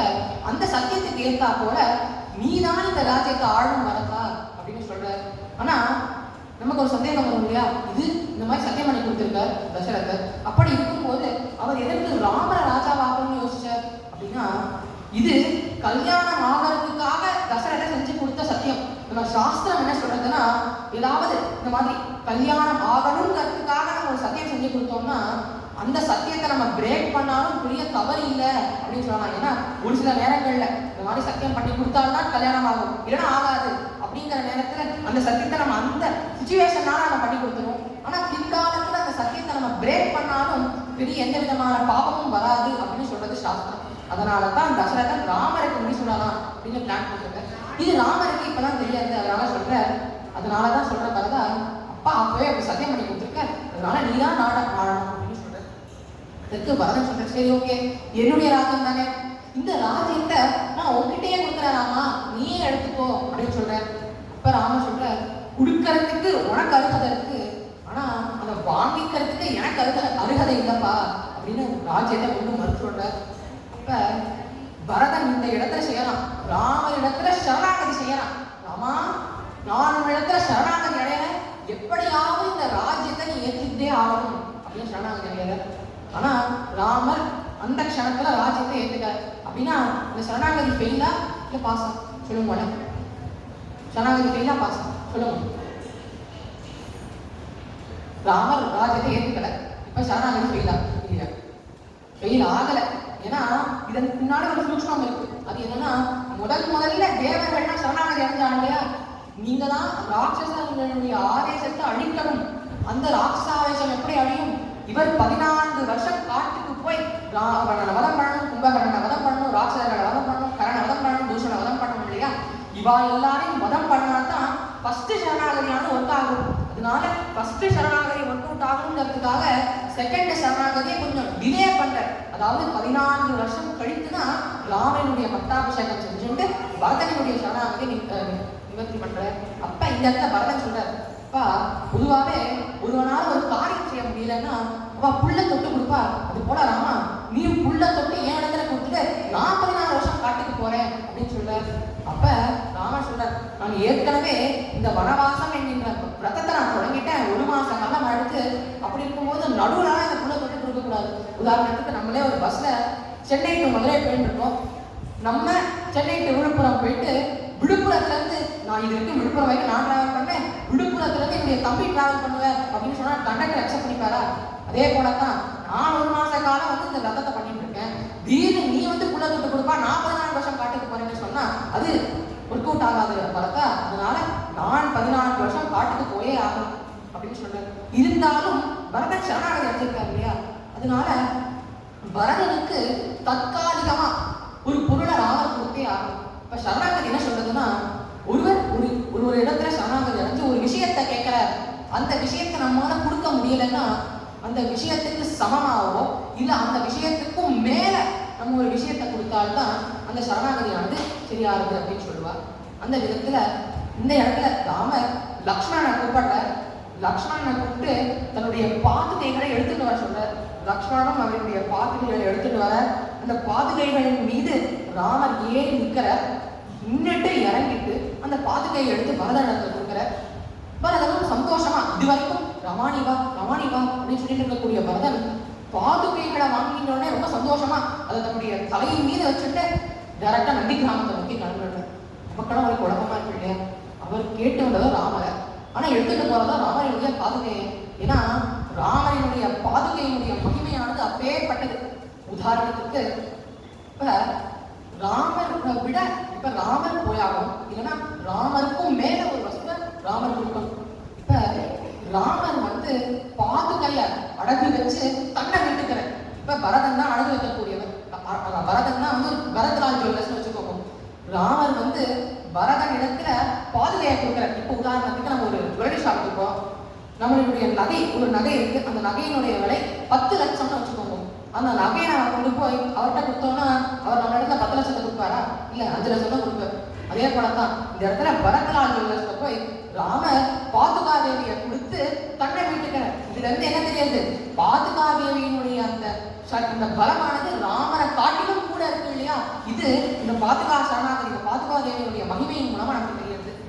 இது மட்டும் இல்லை, இதுக்கு பின்னாடி ஒரு பேக் ஸ்டோரி இருக்கு. அந்த பேக் ஸ்டோரி என்னன்னு பார்த்தோம்னா, ஒரு நாள் வைகுண்டத்தில் இருக்கும்போது பகவான் ஒரு அவசரத்துல, எப்போதுமே நம்ம என்ன பண்ணுவோம், ஸ்லிப்பர்ஸ் எல்லாம் வெளில விட்டுருவோம் இல்லையா, ஆத்துக்கு வெளில விட்டுருவோம் இல்லையா, பகவான் அன்னைக்கு ஒரு நாள் மட்டும் அவசரத்துல பாதுகாதேவியை போட்டுட்டே உள்ள வந்துடுறாரு. உள்ள வந்துட்டு அப்படியே ஆதிசேஷன் பக்கத்துல அந்த பாட்டுக்காவை விட்டு அவர் கண்டு போடுறாரு.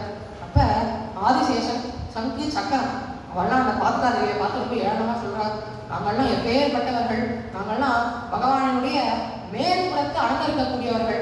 அப்படி இருக்கும்போது பாதுகா நீயும் சாதாரண செருப்பு, சாதாரண சாண்டில், நீ போய் எங்களுக்கு சமமா உட்கார முடியுமா அப்படின்னு அந்த பாதுகாதேவிய ரொம்ப ஏழனமா அவெல்லாம் கிண்டல் பண்றாரு. கொஞ்ச நாள் ஆறுது. அப்ப அந்த பாதுகாதேவி நாராயணன் ரொம்ப வருத்தமா சொல்றாங்க, இந்த மாதிரி சங்கு சக்கரம் இவாள்லாம் என்ன ரொம்ப ஏழனமா பேசுறா அப்படின்னு பாதுகாதேவி சொல்றா. அப்ப இதை நாராயணன் தன்னுடைய மனசுல வச்சுட்டு இருக்கானா. ராமாவதாரம் எடுக்கிற சங்கினுடைய அம்சமா வந்தது சத்ருக்கணன், சக்கரத்தினுடைய அம்சமா வந்தது பரதன். அதனாலதான் 14 வருஷங்கள் பரதனும் சத்ருக்கனும் இந்த பாதுகா ராஜ்யத்தை, பாதுகா தேவிய 14 வருஷம் வழிபட்டு அவ அப்ப செஞ்ச பாவத்தை இந்த 14 வருஷங்கள் தூக்கிக்கிறார். பேர்பட்ட பாதுகா சரணாகதி ஆறுது. இது ராமாயணத்தினுடைய 5வது சரணாகதி. பரதன் ராமரிடத்துல சரணமடைகிற எதற்காக அடைந்து, ராமானி மீண்டு வா, நீ தான் வந்து ராஜ்யத்தை ஆழணும்னு கேட்கிற. அதற்கு ராமரால வர முடியல. அதனால ராமருக்கும் மேல இருக்கக்கூடிய தன்னுடைய பாதுகைகளை கொடுத்து ராமர் தன்னை விட்டுக்கிற. இதுதான் ராமாயணத்தினுடைய 6வது சரணாகதி. பேர்பட்ட சரணாகதி அனுபவிச்சோம். இதோட அயோத்தியா காண்டத்தில் இருக்கக்கூடிய 2 சரணாகதியும் நம்ம அனுபவிச்சிட்டோம். அடுத்ததா அரண்ய காண்டம். ஆரண்ய காண்டத்துல ஒரே ஒரு சரணாகதி தான். அது என்ன சரணாகதினா, இப்ப ராமர் வந்து சுதீக்ஷ்ணனுடைய ஆசிரமத்துல இருக்கார். அது வந்து தண்டகாரண்யத்தை சுத்தி இருக்கக்கூடிய பகுதி. சுதீக்ஷ்ணனுடைய ஆசிரமத்தில் இருக்கும்போது சுதீக்ஷ்ணன் சொல்றார், அப்பா இந்த தண்டகாரண்யத்துல கரண், தூஷணன், திஷிரஸ் அப்படின்னு நிறைய ராட்சசங்களா இருக்கா, இவெல்லாம் போட்டு இவங்களை படாப்படுத்துறாராமா, அதனால நீதான் இவாள் எல்லாரையும் அழிச்சு கொடுக்கணும் அப்படின்னு பிரார்த்தனை பண்ற. அதாவது ராமா, நீ நாட்டுல இருந்தாலும் சரி காட்டுல இருந்தாலும் சரி நீ தான் எங்களுக்கு அரசன், அதனால நீ தான் எனக்கு இதை செஞ்சு கொடுக்கணும் அப்படின்னு அவள் தான் பிரார்த்தனை பண்ணிக்கிறா. அப்படி இருக்கும்போது ராமர் சொல்ற, கவலைப்படாதீங்கோ, இந்த இடத்துல இந்த விஷயங்கள்லாம் ராமர் இடத்துல சரணாகதிகள் செய்யறார். சுதீக்ஷன் சரணாகதிகள் சொல்றாரு, இந்த மாதிரி நீங்க தான் எங்களை காப்பாத்தி தரணும்னு. ராமரும் சரணாகத ரக்ஷகன், அதனால சரணாகதி அடைஞ்சுட்டா அப்படிங்கிறதுனால இந்த ராட்சசர்கள்லாம் நான் அழிச்சு தரேன், கவலைப்படாதீங்கோ அப்படின்னு வாக்கு கொடுக்குறாரு. இந்த இடத்துல சீதை ஒன்று சொல்றா, ராமா நம்மளோ காட்டுக்கு வந்திருக்கோம், நீ காட்டுலையும் எதுக்கு இப்படி வில்லும் கையுமா வச்சுட்டு இருக்க, 14 வருஷம் கழிச்சு உனக்கு பட்டாபிஷேகம்னா ஆனதுக்கப்புறம் மீண்டும் நீ யுத்தம்லாம் போ, காட்டுக்கு வந்ததே ஒரு மாதிரி ரம்யமா இந்த இயற்கை அனுபவிக்கிறது, புண்ணிய நதிகள்லாம் நீ தீர்த்தமாடுறது, அப்புறமா இந்த சீரனுடைய ஆசிரமத்துலலாம் தங்கி அவ சொல்லக்கூடிய இந்த நல்ல வார்த்தைகள்லாம் கேட்டுட்டு இந்த 14 வருஷங்களே ரொம்ப சௌக்கியமா நம்ம போகலாம் இல்லையா, நீ எடுத்து இந்த காலத்திலையும் யுத்தம் செய்யணும் அப்படிங்கிற ஒரு முடிவுல இருக்க அப்படின்னு சீதை சொல்லி, சீதை இதுக்காக குட்டி ஸ்டோரி வேற சொல்றா. அது என்ன ஸ்டோரினா, ஒரு சமயம் ஒரு ராஜா வந்து காசி கஷேத்திரத்தை நோக்கி போயிட்டு இருக்கானா. அப்படி போயிட்டு இருக்கப்ப அந்த ராஜா தெரியாம அவனுடைய வாழை எடுத்துட்டு வந்துட்டான். அதனால அதற்கு பக்கத்துல அவன் கடம்பர நேரத்துல அங்க ஒரு முனிவர் இருந்தார். அந்த முனிவரினுடைய கையில இந்த வாழை கொடுத்துட்டு சொல்ற, நான் காசி கஷேத்திரத்துக்கு போறேன், அதனால நான் போயிட்டு வர வரைக்கும் என்னுடைய வாழை வந்து பார்த்துக்கோங்க அப்படின்னு சொல்ற. இந்த முனிவர் இது எல்லாத்தையும் திறந்துட்டு இவ்வளவு நேரமா தபஸ் பண்ணிட்டு இருக்க. அவன் கையில திடீர்னு இந்த வாழை உடனே, இந்த வாழை நம்ம எப்படியாவது நம்ம பாதுகாக்கணுமே அப்படின்னு ஒரு பயம் வந்துடுறது. இந்த கத்தியை நம்ம தொலைச்சிட்டோம்னா ராஜா வந்து கத்திட்டு இருப்பான், கத்தியங்களா கத்தியங்களா, அதனால இந்த கத்தியை நம்ம எப்படியாவது பாதுகாக்கணும் அப்படின்னு தன்னுடைய தொடையில போட்டு தபஸ் பண்ணிட்டு இருக்க.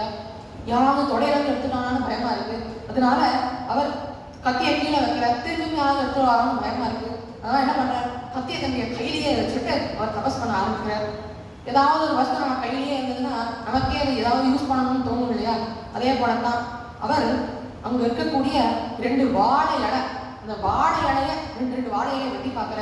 பொதுவாகவே நம்ம சாஸ்திரத்துல சொல்லுவா, சும்மா எதுவுமே இல்லாம, இப்ப பொதுவா வாழை இலையை வெட்டுறோம், அதை வச்சு நம்ம சாப்பிடுறோம், அது மூலமா ஒரு யூஸ் இருக்கு, எந்த விதமான ஒரு யூஸுமே இல்லாம ஒரு வஸ்துவை நம்ம கொல்லக்கூடாது அப்படிங்கிறது சாஸ்திரம். அதனால இவர் சும்மா 2 வாழை இலையை வெட்டினார் இல்லையா, அதனால இவருக்கு பாபம் வந்துடுறது. அந்த பாபம் வந்ததுனால கடைசியில அவர் சொர்க்கத்துக்கு போகாம நரகத்துக்கே போயிடுறாரு. இப்படி அந்த ராஜா ஒரே ஒரு வாழைத்தான் அவர்கிட்ட கொடுத்தாருப்பா, அந்த வாழ்நாள் அவர் நரகத்துக்கே போயிட்ட அப்படிங்கிற இந்த குட்டி ஸ்டோரிய சீதை ராமாயணத்துல சொல்லி இந்த காலத்திலேயாவது நம்ம கொஞ்சம் அமைதியா இருக்கலாம் அப்படின்னு சொல்றாரு. இது மூலமா சீதை என்ன சொல்ல வரா? ரிஷிகள் பண்ண சரணாகதி நீ ஏற்காதே அப்படின்னு சொல்றாரு இல்லையா? ஆனா ராமர் இந்த இடத்துல ரொம்ப அழகா கையாளுறாரு.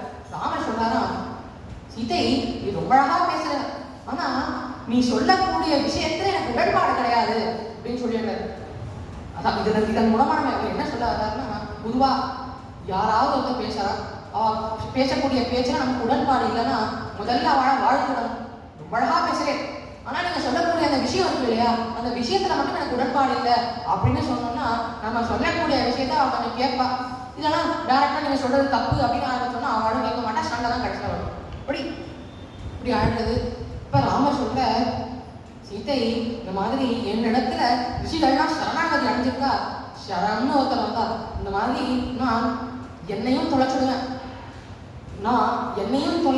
நான் என்னையே தொலைச்சாலும் உன்னை பாதுகாத்துருவேன், ஒருவேளை உன்னையும் தொலைச்சாலும் நான் லக்ஷ்மணனை பாதுகாத்துருவேன், ஆனா இந்த 3 பேரையும் நான் கைவிட்டாலும் என்னிடத்துல எவன் ஒருவன் சரணம்னு வரானோ அவனை ஒரு பொழுதும் நான் விட்டே கொடுக்க மாட்டேன் அப்படின்னு ராமர் சொல்ற. இந்த இடத்துல சீதை சொல்றான், அப்படி சொல்லுங்க அப்படின்னு சீதை சொல்றான். அதாவது நம்ம பொதுவாகவே ஒரு குச்சியை நம்ம தரையில அப்படி நட்டுறோம் அப்படின்னா அதை என்ன பண்ணி பார்ப்போம்? அசைச்சு பார்ப்போம் இல்லையா? அதே போலத்தான் சீதை வந்து இந்த இடத்துல ராமர் சரணாகதி அடைஞ்சிருக்கிறவான இடத்துல எவ்வளவு காரணியத்தை காமிக்கிறார், அதுல எவ்வளவு ஊன்றி இருக்க அப்படிங்கிறத செக் பண்றதுக்காக இப்படி அசைச்சு பார்க்கறாளாம். நீங்க சரணாகதி எல்லாம் பண்ணாதீங்கோ, அவரெல்லாம் ரட்சணம் பண்ணாதீங்கோ, விட்டுடுங்கோ அப்படின்னு அசைச்சு பார்க்கறாளாம். ஆனா ராமர் சரணாகதி அடைஞ்சவாளுக்கு அனுகிரகம் பண்ணியே ஆவேன், இதெல்லாம் ரொம்ப ஊர்தியா இருக்க.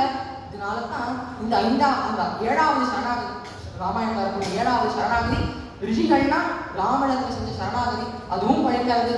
கொஞ்ச நாள் கழிச்சு தண்டகாரண்யத்துல ராமருக்கும் கரண், தூஷணன், திஷிரஸ் மற்றும் 14,000 ராட்சசர்களுக்கும் சண்டை நடக்கிறது.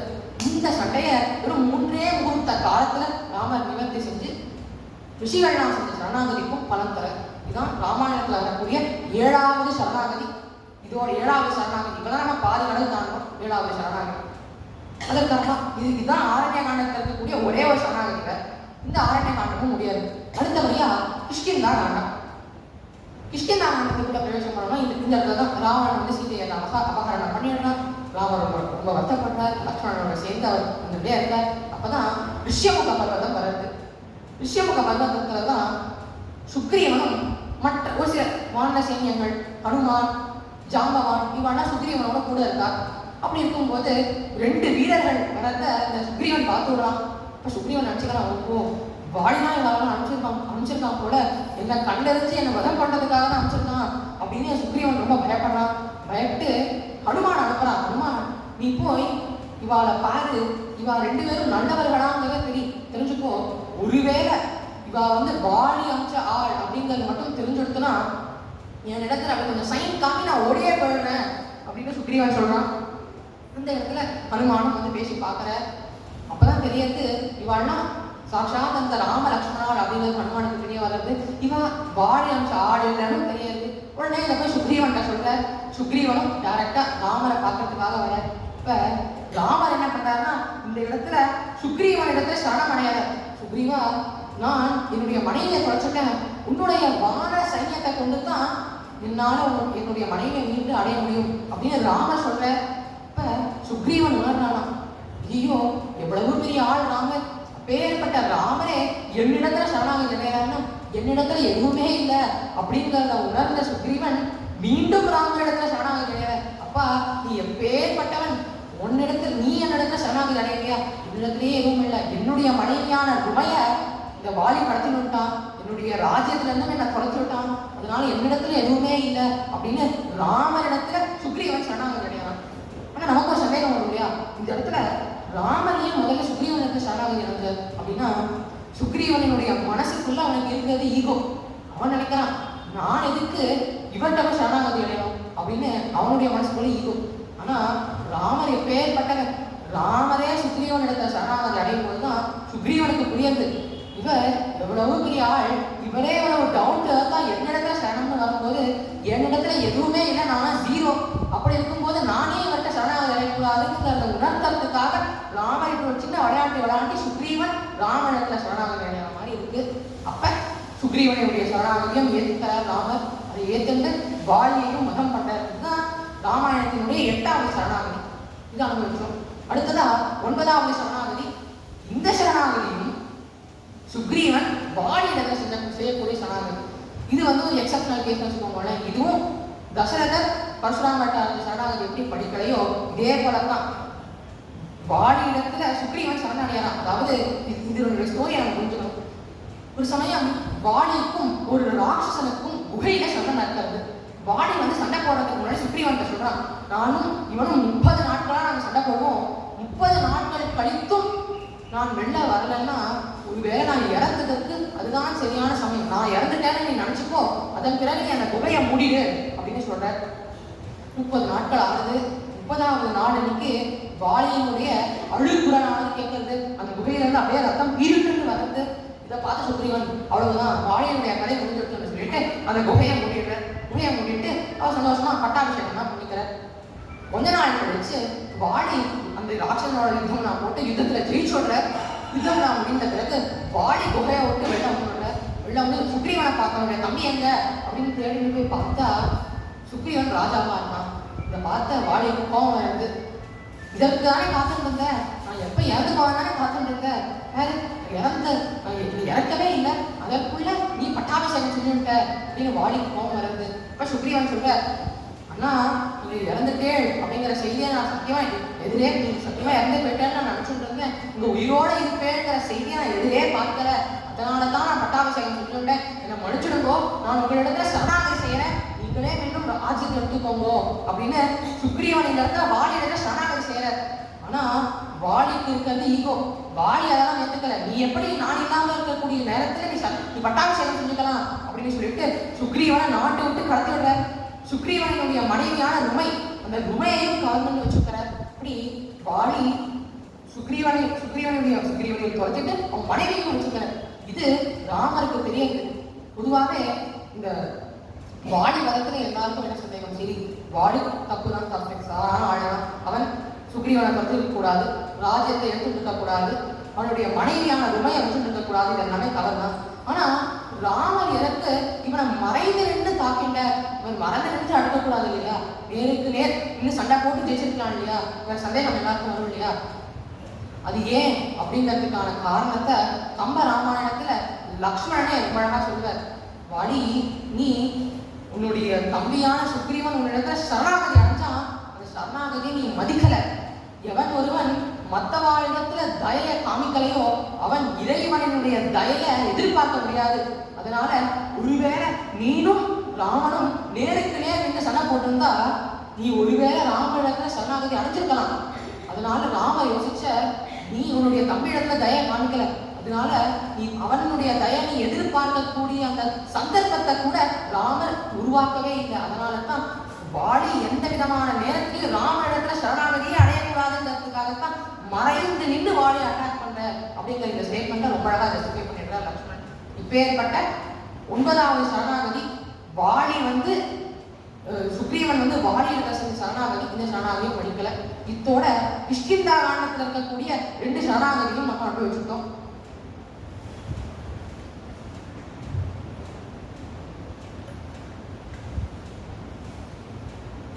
அடுத்ததா சுந்தர காண்டம். சுந்தரமான காண்டம். இந்த காண்டத்திலேயே முழுக்க முழுக்க ஹனுமன் பிரபாவம் தான் இருக்கு. அப்படி இருக்கிறப்ப ஹனுமான் கடல் தாண்டி லங்கைக்கு போய் சீதா பிராட்டி எல்லாம் பார்த்து விடுற. அப்படி சீதையை பார்த்த உடனே சீதா தேவி எப்பேற்பட்ட ஒரு டைலமால இருக்காங்கன்னா, ஹனுமான் அந்த அசோக வனத்துக்குள்ள பிரவேசிச்சு விடுற. அங்க ஒரே சிம்சுமா மரங்களா இருக்கு. இந்த சிம்சுமா மரத்தினுடைய கலர் என்னன்னு பார்த்தோம்னா அது ஒரு விதமான டானி ப்ரௌன் கலர்ல இருக்கு.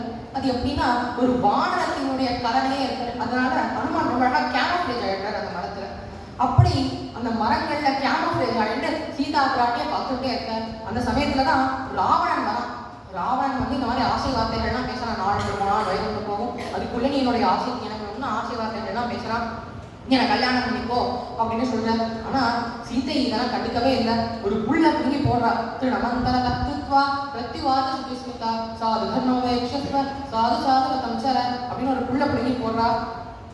ஏன் புள்ள புடுங்கி போட்டா அப்படிங்கிறதுக்காக ராமானுஜர் 40 விதமான காரணங்களை சொல்லுவார். அது ஏன் புள்ள புடுங்கி போட்டான்னா, ராவணன் அப்படிங்கிறாங்க. யாருமே தெரியாத ஒரு வெளியாள், அதனால அவன் என்னை நெருங்கக்கூடாது அப்படிங்கிறதுக்காக ராவணனுக்கும் சீதைக்கும் நடுவுல ஒரு பேரியர் மாதிரி இருக்கட்டும் அப்படிங்கிறதுனால உள்ள கொண்டாலாம்.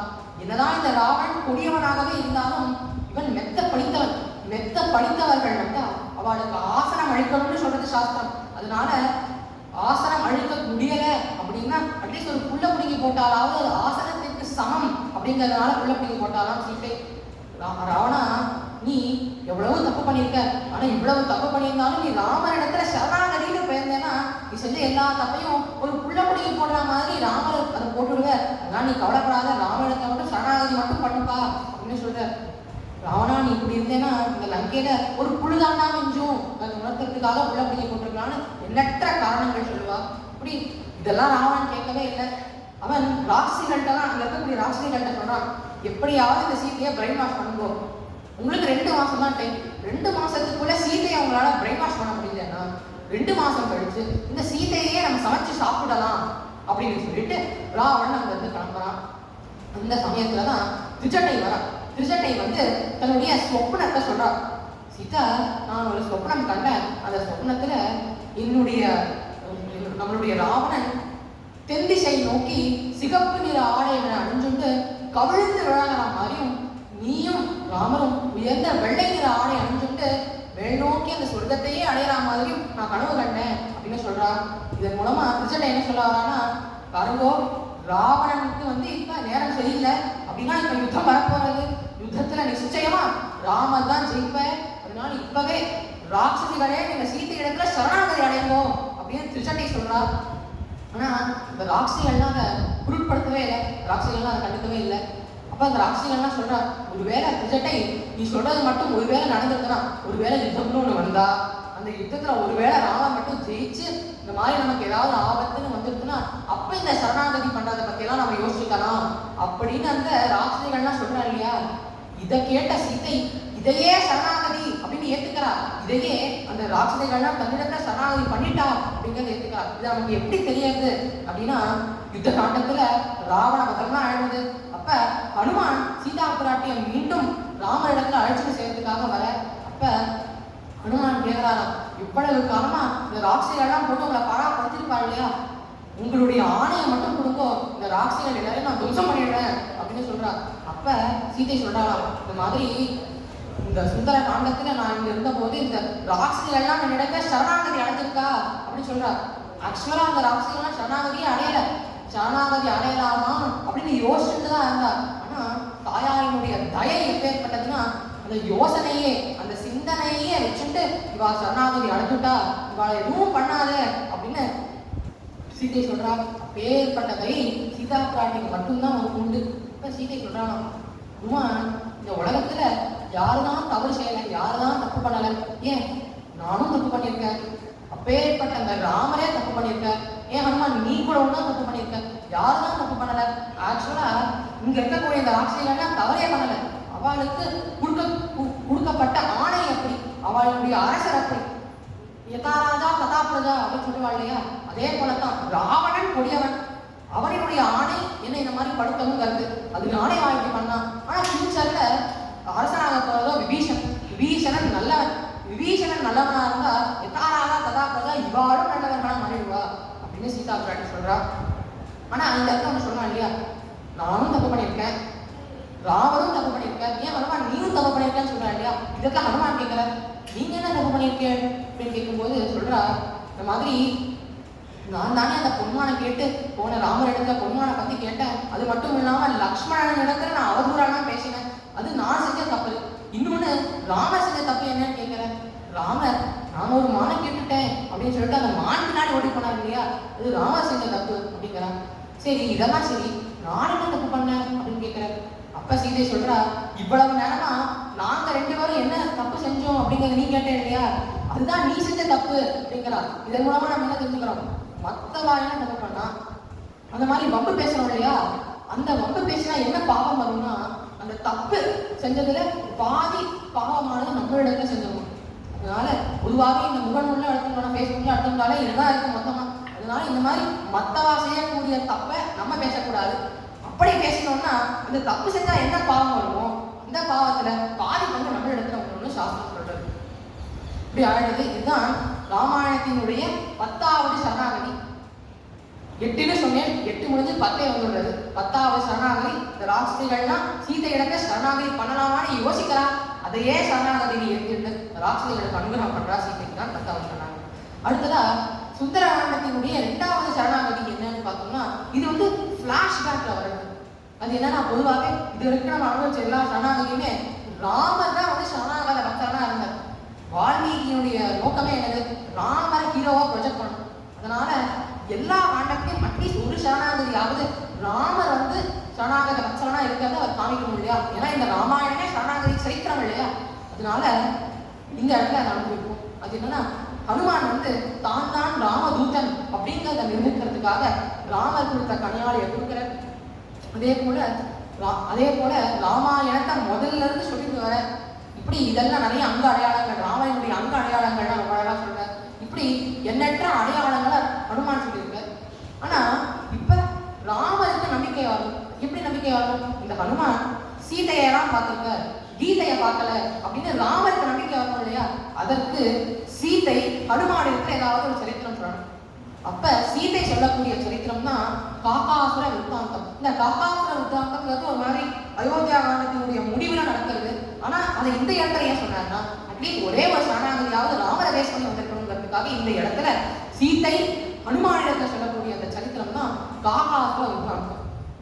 சமயம் ராமரும் சீதையும் சித்திரக்கூட்டத்துல இருக்கின்ற சமயத்துல இந்திரனுடைய மகனான காகாசுரன் அவன் ஒரு மரத்தினுடைய விருட்சத்தினுடைய உச்சியில இருக்கான். அப்ப ராமர் வந்து சீதையினுடைய மடியில கூட உல்லாசமா பட்டு இருக்க. அந்த சமயத்துல இந்த காகாசுரன் வந்து சீதையினுடைய மார்பகத்தை தன்னுடைய அழகான கொத்தனா திண்டே இருக்க. அப்ப சீதைக்கு என்னன்னா, ராமர் இப்ப தூங்கிட்டு இருக்க, ராமர் எதுக்கு நம்ம தேவையில்லாம எழுப்பணும்னு சொல்லிட்டு சீதையும் காத்துட்டே இருக்கா. ஆனா அந்த காக்கமாண்டு கொத்துறதுனால அந்த ரத்தம் பீரிட்டு வந்து ராமர் மீது பட்டுடுறது. ராமர் இருந்து பார்த்துட்டு சொல்ற, தூங்கிட்டு இருக்கக்கூடிய 10 தர நாகத்தை எழுப்பியது யாரு அப்படின்னு பாக்குற. பார்த்தா மரத்தினுடைய உச்சியில காக்கா நின்றுட்டு தன்னுடைய அழகை காமிச்சுட்டு இருக்கு. இந்த காக்காக்கே இவ்வளவு தெரியும்னு பார்த்தோம்னா, அந்த நேரத்துல ராமனுக்கு எந்த விதமான ஆயுதமே இல்லை. அதனால காக்காக்கு ஒரு தைரியம், சரி இவரால் நம்மளால என்னதான் பண்ண முடியும், நம்ம காக்கா நம்ம பறந்து போயிடலாம், நம்மளோட அவர்கிட்ட தான் எந்த ஆயுதமே இல்லையே, நம்ம தப்பிச்சிடலாம்னு காக்கா நினைச்சிட்டு இருக்கு. ஆனா இந்த இடத்துல இருந்துதான் அந்த பழமொழியா வந்தது, வல்லவனுக்கு புல்லும் ஆயுதம்னு சொல்லுவாங்க இல்லையா? அதே போலதான் ராமர் தர்ப்ப சயனத்துல படுத்துட்டு இருக்கார். அதுல இருந்து ஒரு புல்லை எடுத்த, அந்த புல்லுக்குள்ள பிரம்ம மந்திரத்தை சொல்லி பிரம்மாஸ்திரத்தை பிரயோகம் பண்ண. பிரம்மாஸ்திரமானது அந்த காக்காவை துரத்துட்டே வர்றது, எல்லா இடத்தையும் துரத்துறது. இந்த காக்காவும் பிரம்மலோகம் போறது, இந்திரலோகம் போறது, சிவலோகம் போறது, எல்லா இடத்துலையும் போறது. எந்த இடத்துக்கு போனாலும் பிரம்மாஸ்திரமானது விடாம துரத்துறது. காக்காக்கு என்ன பண்ணதுன்னு தெரியல, சுத்தி எல்லா இடத்தையும் சுத்தி மீண்டும் ராமனுடைய கால்களிலே சரணாகதின்னு வருது. ஆனா அப்பயும் அந்த காக்காக்கு எவ்வளவு தூணுனா, எவ்வளவு அகங்காரம்னா, அது தன்னுடைய தலைய முன்னாடி வைத்து ராமனுடைய திருவடியில வச்சு சரணாகதி பண்ணல, தன்னுடைய கால்களை ராமனுடைய திருவடியில வைத்து சரணாகதி பண்றது. அப்ப சீதா பிராட்டி தான் அந்த காகத்தை ஒழுங்கா ஓரியன்ட் பண்ணி காகத்தினுடைய தலையானது ராமனுடைய கால்களில பண்ற மாதிரி பண்றாங்க. அப்பேற்பட்டதையே சீதா பிராட்டி தான் வரும். அப்படி அதை பார்த்துட்டு சீதை சொல்றா, இதை பாருங்க காக்கா சரணாகதி எழுந்துட்டு, இனிமே இந்த காக்காவை நீங்க காக்கக்கூடாது, பிரம்மாஸ்திரத்தை மீண்டும் வாங்கிக்கோங்க அப்படின்னு சொல்றா. அப்பேற்பட்ட தயை சீதைக்கு தான் வரும். அப்ப ராமர் பார்க்கற, சரி இவன் சரணாகதி அடைச்சிட்டு என்னோட சரணாகதி அடைஞ்சுட்டான், இனிமே இவனுடைய உயிர் நான் எடுக்க மாட்டேன். ஆனா இவன் ஒரு தப்பு பண்ணியிருக்கான் இல்லையா? இந்த மாதிரி சீதை நீ வந்து நான் தூங்கிட்டு இருக்கேன்னு தெரியும், அந்த சமயம்னு கரெக்டா பார்த்து அவனை தாக்கியிருக்கான் இல்லையா, அதற்கு நான் ஒரு தண்டனை கொடுக்கணும்னு சொல்லிட்டு தன்னுடைய அந்த புல் எடுத்தா இல்லையா, அதே புல்லால அந்த காக்காவினுடைய ஒரு கண் எடுத்தோட. அதனாலதான் பொதுவா சொல்லுவா, இப்ப மனுஷால எடுத்துட்டோம்னா நம்ம அட்ட டைம்ல 2 கண்ணை பார்க்க முடியும். ஆனா காக்காக்கு அப்படி பார்க்க முடியுமா? ஒரு சைட்ல இருக்கும்போது ஒரு கண் தெரியும், இன்னொரு சைட்ல பார்த்தோம்னா இன்னொரு கண் தெரியும். அட்ட டைம்ல நம்மளால காக்காவுக்கு 2 கண்ணுமே பார்க்கவே முடியாது. அது ஏன்னா சும்மா ஹாசத்துக்கு சொல்லுவாங்க. இந்த மாதிரி ராமர் அன்னைக்கு எடுத்ததுனால தான் இன்னி வரைக்கும் நம்மளால காக்காவுக்கு ஒரு கண்ணை மட்டும்தான் பார்க்க முடியும், அட்ட டைம்ல 2 கண்ணை பார்க்க முடியாதுன்னு சொல்லுவாங்க மாட்டான். இப்படி காக்கா இப்படி 11வது சரணாகதி ராமரிடத்துல காகாசுரன் சரணாகதி.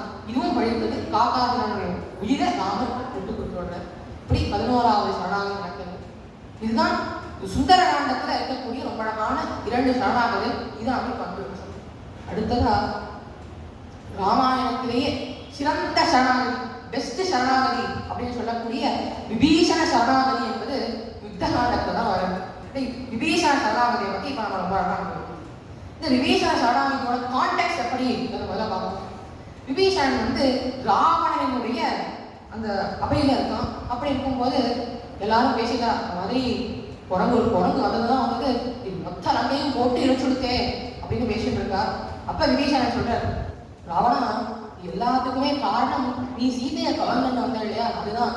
அவள் ராமரினுடைய சகதர்மச்சாரிணி. அப்படி இருக்கும்போது மற்றவாளினுடைய மனைவி மீது நீ ஆசைப்படாத ராவணா அப்படின்னு நல்ல வார்த்தையெல்லாம் போதனை பண்றாரு. ஆனா இதெல்லாம் செவிடங்கால இருக்கிற சங்குக்கு தான் ராவணன் இதெல்லாம் கேட்கவே இல்லை. அப்ப ராவணனுடைய மகனான இந்திரஜித் சொல்றான், இந்த மாதிரி எங்க அப்பாவை பார்த்து நீங்க எப்படி சொல்லலாம், அவர் எந்த வயசுல வேணாலும் இந்த ஆசையெல்லாம் பட்டுப்பார், அதை நீங்க சொல்றதுக்கு நீங்க யாரு, நீங்களே எங்க அப்பா போடக்கூடிய சோறை சாப்பிட்டு நீங்க இங்க இருக்கே, அப்படி இருக்கும்போது நீங்க எதிர்த்து பேசக்கூடிய அதிகாரம்லாம் உங்களுக்கு கிடையாது அப்படின்னு இந்திரஜித்லாம் சொல்லிடுறான். கேட்ட விபீஷணன் யோசிச்சு பார்க்கற, இதற்கு மேலும் நம்ம ராவணன் இடத்துல இருக்கக்கூடாது அப்படின்னு சொல்லி முடிவு எடுத்துட்டு டைரக்டா அவர் ஆகாச மார்க்கமா ஒரு 4 ராட்சச அமைச்சர்களோட அவர் ராமரை மீட் பண்றதுக்காக வர. அந்த சமயத்துல ராமர் கடற்கரை ஓரமா முகாம் அமைச்சு வெயிட் பண்ணிட்டு இருக்க, காத்துட்டு இருக்க, எப்படி இந்த கடல் தாண்டி நம்ம லங்கைக்கு போகலாம் அப்படிங்கிற சிந்தனையானது அங்க ஓடிட்டு இருக்கு. அந்த சமயத்துல விபீஷணன் ஆகாச மார்க்கமா வந்து சொல்ற மாதிரி, நான் தான் ராவணனுடைய தம்பி, இந்த மாதிரி நான் ராம இடத்துல சரணாகதி அடையறதுக்காக வந்திருக்கேன் அப்படின்னு சொல்றார். இப்படி சிப்ரம் சீக்கிரமா நீங்க ராம இடத்துல சொல்லுங்க, விபீஷணன் வந்திருக்கேன்னு சொல்லுங்க, சரணாகதி பண்றதுக்காக வந்திருக்கேன்னு சொல்லுங்க அப்படின்னு சொல்ற. உடனே அங்க இருக்கக்கூடிய வாரணங்கள்லாம் போய் டைரக்டா ராமகிட்ட சொல்றார், மாதிரி யாரும் ராட்சசனா பேரு விபீஷணனா, இந்த மாதிரி உங்க இடத்துல சரணாகதி பண்ணணும்னு வந்திருக்கானா, ஆனா அவன் ராட்சசன் ராவணனுடைய தம்பி, அதனால நீங்க அவங்களை ஏத்துக்க கூடாது அப்படின்னு வாரணங்கள்லாம் சொல்றா. அப்ப சுக்ரீவன் சொன்னான், பாரு ராமா, இவன் அவனுடைய அண்ணாவான ராவணனுக்கு துரோகம் பண்ணிட்டு நம்ம கிட்ட வந்திருக்கான், அதனால நீ அவனை ஏத்துக்க கூடாது அப்படின்னு சொல்ற. ஆனா இந்த இடத்துல சுக்ரீவன் அவனுடைய ட்ராக் ரெக்கார்டை மறந்துட்டார். சுக்ரீவனே அவனுடைய அண்ணாவான வாடி படுத்துறான்னு சொல்லிட்டு தானே ராமகிட்ட சரணம் வந்தார். அப்படி இருக்கும்போது அவர் ட்ராக் ரெக்கார்டை மறந்துட்டு இந்த இடத்துல விபீஷணனை பத்தி சொல்லும் போது அவனுடைய அண்ணனான ராவணத்தை துரோகம் பண்ணிட்டு வந்திருக்கான், அதனால இவனை ஏத்துக்க கூடாது அப்படின்னு சுக்ரீவன் சொல்ற. அப்ப ராமர் யோசிச்சு பார்க்கற, சரி நம்ம ஒரு கூட்டமைப்புல இருக்கோம், நம்ம மட்டும் தனியா ஒரு சோலோவா ஒரு முடிவு எடுக்க முடியாது அப்படின்னு சொல்லிட்டு எல்லா வானரங்கள் எல்லாரையும் கூப்பிட, ஒவ்வொரு வானரத்திலையும் எல்லாத்தையும் கேட்கிறேன், உங்களுடைய முடிவு என்னது, இந்த விபீஷணனை நம்ம அங்கீகாரம் பண்ணலாமா, இந்த விபீஷணன் கொடிய வானரங்களை சேர்த்துக்க கூடாதா, நீங்க எல்லாரும் சொல்லுங்கோ அப்படின்னு எல்லாரோட ஒப்பீனியனையும் கேட்கிற. அப்பதான் ஒவ்வொருத்தரா கேட்கிறார். முதல்ல சுக்ரீவன் சாலிடா சொல்லிடுறார், இவன் அவனுடைய அண்ணனுக்கு துரோகம் பண்ணியிருக்கான், இவனை ஏத்துக்க கூடாது அப்படின்னு சுக்ரீவன் சொல்லிடுறார். அடுத்தபடியா ஜாம்பவான் ரொம்ப வயசானவன். ஜாம்பவான் சொல்றார், சரி இவனை ஒரு மாசம் கழிச்சு வர சொல்லுவோம், 1 மாசம் கழிச்சு இப்படியே இருக்கான்னா இவன் நம்ம ஏத்துக்கலாம், இல்லைன்னா இவனை விட்டுடலாம் அப்படின்னு ஜாம்பவான் சொல்றார். ராமனுக்கு சரியா வரல, ராமனுடைய மகமான செவக்கர். அடுத்து அங்கதன் கேட்கிறார், வாலி பையன் அங்கதன் சொல்றான், இவருக்கு நம்ம வேணா ஒரு டெஸ்ட் வச்சு பார்க்கலாமா, அவன் யங்ஸ்டர் இல்லையா, அவன் டெஸ்ட் வச்சு பார்க்கலாமான்னு கேட்கறான். இவர் ஒருவேளை டெஸ்ட்ல பாஸ் ஆகிட்டாருன்னா சேர்த்துக்கும், டெஸ்ட்ல ஃபெயில் ஆகிட்டாருன்னா சேர்த்துக்க வேணாம் அப்படின்னு அங்கதன் சொல்றான். ராமருக்கு இதுவும் சரியா பண்ணல. அடுத்து ஒவ்வொரு வாரமா கேட்டுட்டே இருக்க. அப்படி அவன் எல்லாரும் ஒரே அங்கதான் சொல்றான், விபீஷணன் கூடியவன், அவன் நம்ம அங்கீகாரம் பண்ணக்கூடாது.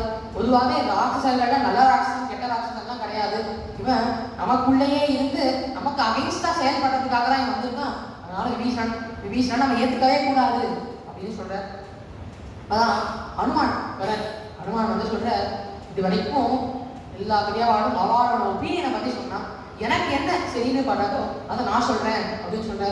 இடத்துல கண்டவர்கள் பேச்சை பத்திலாம் நம்ம பேசக்கூடாது, கண்டவனோட பேச்சதான் பத்தி பேசணும். அதனால கண்டவர் ஒரே ஒருத்தர் ஹனுமான் தான், அவர் தான் கடல் தாண்டி லங்கைக்கு போய் எல்லாத்தையும் பார்த்துருக்கார். அப்ப ஹனுமான் சொல்றார், நான் வந்து லங்கைக்கு போன போது ராவணனுடைய அவையிலேயே ஒரே ஒரு தர்மத்தை பத்தி விசாரணை செய்யக்கூடிய ஒரே ஒரு ஆள் இந்த விபீஷணன் தான். நான் தூதுவனா வந்த போது தூதுவனா வந்திருக்கா, நான் கொல்லக்கூடாது அப்படின்னு அந்த இடத்துல சாஸ்திரத்தை பேசுறதும் விபீஷணன் தான். அது மட்டும் இல்ல, இவனுடைய ஆகத்தையும் நான் பார்த்தேன், அதுல பகவானினுடைய ஆயுதங்களினுடைய ரேகைகளானது பதிக்கப்பட்டிருக்கு. அப்படி இருக்கும்போது இந்த விபீஷணன் உடையவனாக இருக்க முடியாது, அதனால இந்த விபீஷணனை நம்ம அங்கீகாரம் பண்ணணும் அப்படின்னு ஹனுமான் சொல்ற. இது இப்பதான் ராமருக்கு கொஞ்சம் பரவாயில்ல அப்படின்னு சொல்றது. அட்லீஸ்ட் ஒரே ஒரு மாணவனாவது அட்லீஸ்ட் அனுமானாவது சொல்றாரு அவன் அங்கீகாரம் பண்ணான். ஆனா ராமர் சொல்ற என்னுடைய ஐடியாவே உங்களுக்கு புரியல. எவன் ஒருவன் சரணம்னு யார் வேணாலும் சரணம்னு வந்தாலும் அவனை நான் அங்கீகாரம் பண்ணுவேன். ஏன் விபீஷணன் என்ன அந்த ராவணனே இந்த சரணம்னு வந்திருந்தா இந்த இடத்துல இந்த ராவணனை கூட நான் அங்கீகாரம் பண்ணிட்டு இருப்பேன். ஏன்னா சரணாகதி சாஸ்திரம் என்ன சொல்றது? சரணம்னு எவன் வந்தாலும் அவன் அங்கீகாரம் பண்ணணும்னு சொல்றது. அவன் கொடியவனாகவே இருக்கலாம், அவன் கொல்லத்தக்கவனாகவே இருக்கலாம், அவன் எவ்வளவு பாவம் வேணாலும் பண்ணியிருக்கலாம். ஆனா சரணம்னு வந்துட்டான் இல்லையா, அப்படி இருக்கும்போது அவனை நான் எதுவுமே செய்ய மாட்டேன், அவனை அங்கீகாரம் பண்ணிப்பேன் அப்படின்னு இந்த இடத்துல சக்ருதேவ பிரபன்னாய தபாஸ்மி விஜயாசதே அபயம் சர்வ பூதேபியோ ததாமியத பிரதமம. இந்த மாதிரி யார் வேணாலும் நடந்த சரணம்னு வரலாம், அவளுக்கு சரணம் அழிக்கிறது தான் என்னுடைய விரதம் அப்படின்னு ராமர் இந்த இடத்துல சொல்ற. இப்படி இப்ப அவருக்கு ரெண்டு ஒப்பீனியன் இருக்கு. விபீஷணன் கெட்டவன், அவன் அங்கீகாரம் பண்ணக்கூடாது. இன்னொரு ஹனுமானோட ஒப்பீனியன் விபீஷணன் நல்லவன், அவன் அங்கீகாரம் பண்ணலாம். ரெண்டுத்தையும் சேர்த்து சொல்ற. விபீஷணன் கெட்டவனாகவே இருந்தாலும் அவனை நான் அங்கீகாரம் பண்ணிப்பேன் அப்படின்னு ரொம்ப நாளும் ஒரு தீர்ப்பை கொடுக்குற. இதெல்லாம் வேண்டது விபீஷணன் சரணாகதிலாம் ஆகி விபீஷணனை கூப்பிட்டு அவர் விபீஷணனுக்கு அந்த இடத்துலயே விபீஷண பட்டாபிஷேகம் செஞ்சு வைக்கிறார். ராமருக்கு எப்பேற்பட்ட ஒரு நம்பிக்கை இருக்குன்னா, இன்னும் அவர் எப்படி கடல் தாண்டி நம்ம லங்கைக்கு போறதுனே அவருக்கு தெரியல. ஆனா அதற்குள்ள விபீஷணா நீ சரணம் அடைஞ்சுட்டு அதனால உனக்கு தான் நான் ராஜ்யத்தை கொடுப்பேன், லங்கையினுடைய ராஜ்யம் உனக்கு தான் கிடைக்கும் சொல்லிட்டு இந்த இடத்துலயே சமுத்திர ஜலத்தை கொண்டு விபீஷண சரணாகதி செஞ்சு வைக்கிறார். இந்த இடத்துல சுக்ரீவனுக்கு கொஞ்சம் சந்தேகம் வர்றது. ராமர் வந்து கேட்கிற, ராமா இருந்தாலும் நீ இந்த விபீஷணனை அங்கீகாரம் பண்ணிட்ட, இந்த முடிவு எனக்கு என்னமோ சரியா படல அப்படின்னு சுக்ரீவன் கேட்கிறார். இப்ப ராமர் இந்த இடத்துல 3 கதைகள் சொல்ற. அந்த 3 கதைகள் இப்போது ராமர் கேட்கும்.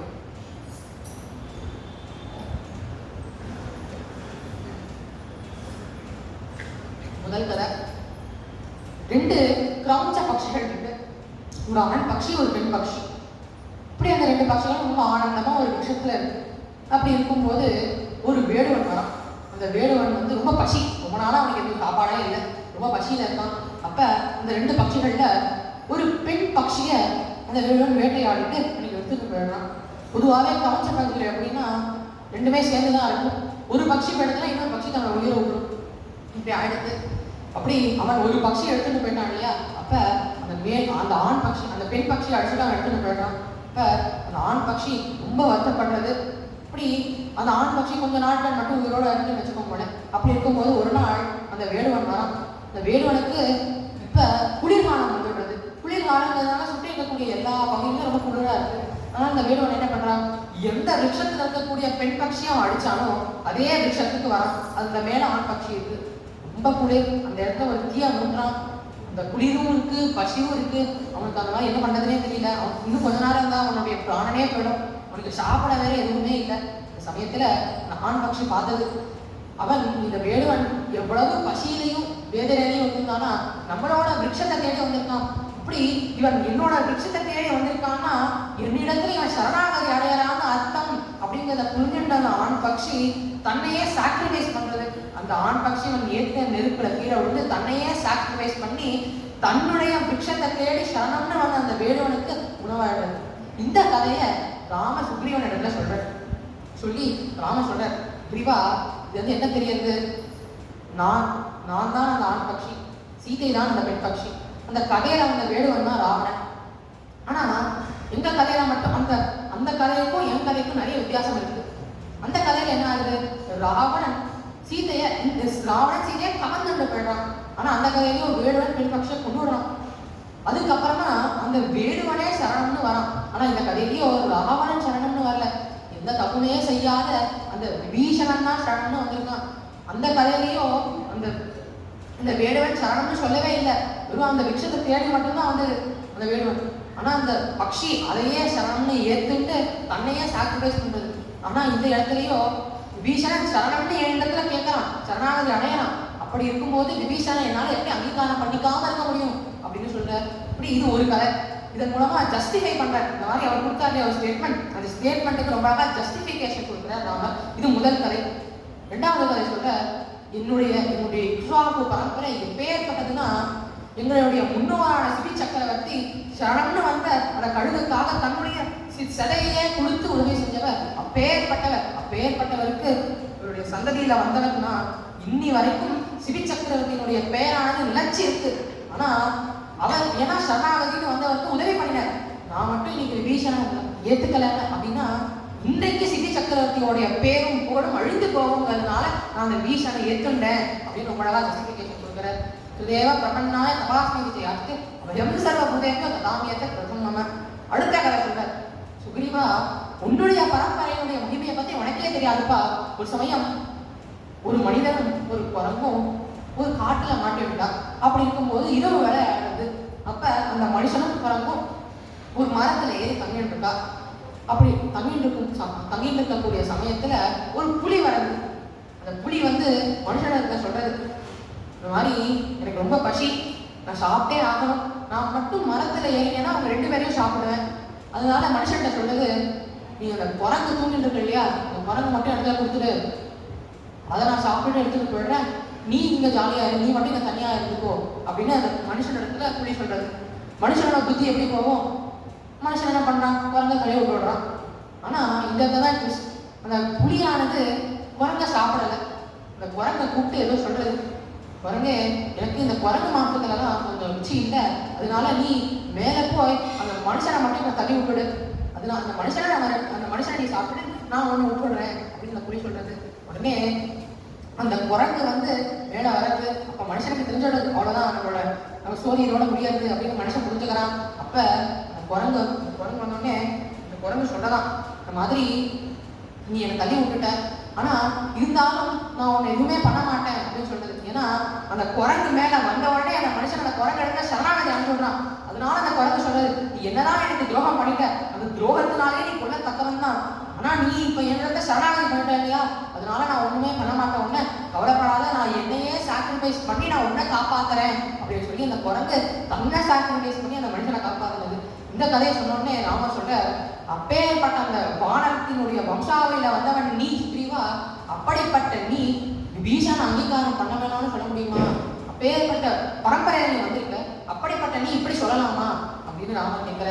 இப்ப எப்படி விபீஷணன் கெட்டவனாகவே இருந்தாலும் நான் அவனை அங்கீகாரம் பண்ணிப்பேன்னு ஒரு ஸ்டேட்மெண்ட் சொன்னார் இல்லையா, அந்த ஸ்டேட்மெண்ட்டை இந்த 3 கதைகள் மூலமா ராமர் ரொம்ப அழகாக ஜஸ்டிஃபை பண்றார்.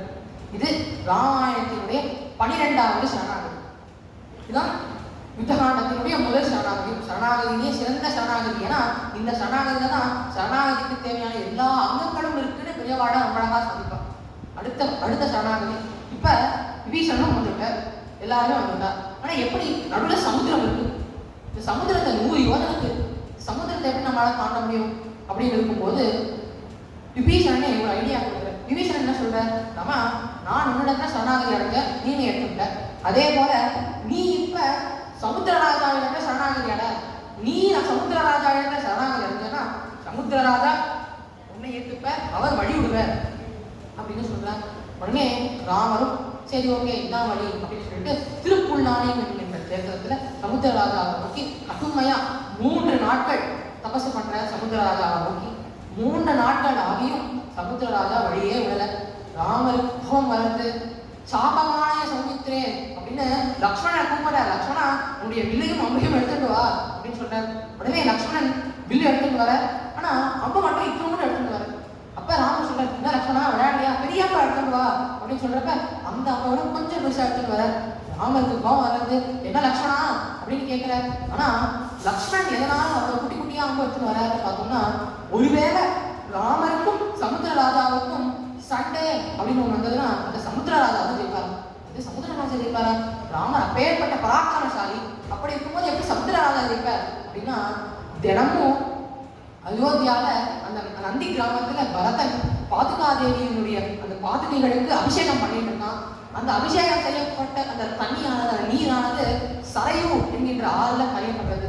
அந்த சரையு ஆறு, அந்த சரையு ஆறுல இப்ப அந்த பாதுகாதேவியை வழிபட்ட அந்த தீர்த்தம் இருக்கு இல்லையா, அந்த சரையு தான் டைரக்டா போய் கடல்ல கடக்கிறது. அப்படின்னா கடல்ல சரையு ஆறு இருக்கு, அந்த சரையு ஆறுல பாதுகாதேவியை வழிபட்ட அந்த நீர் இருக்கு இல்லையா.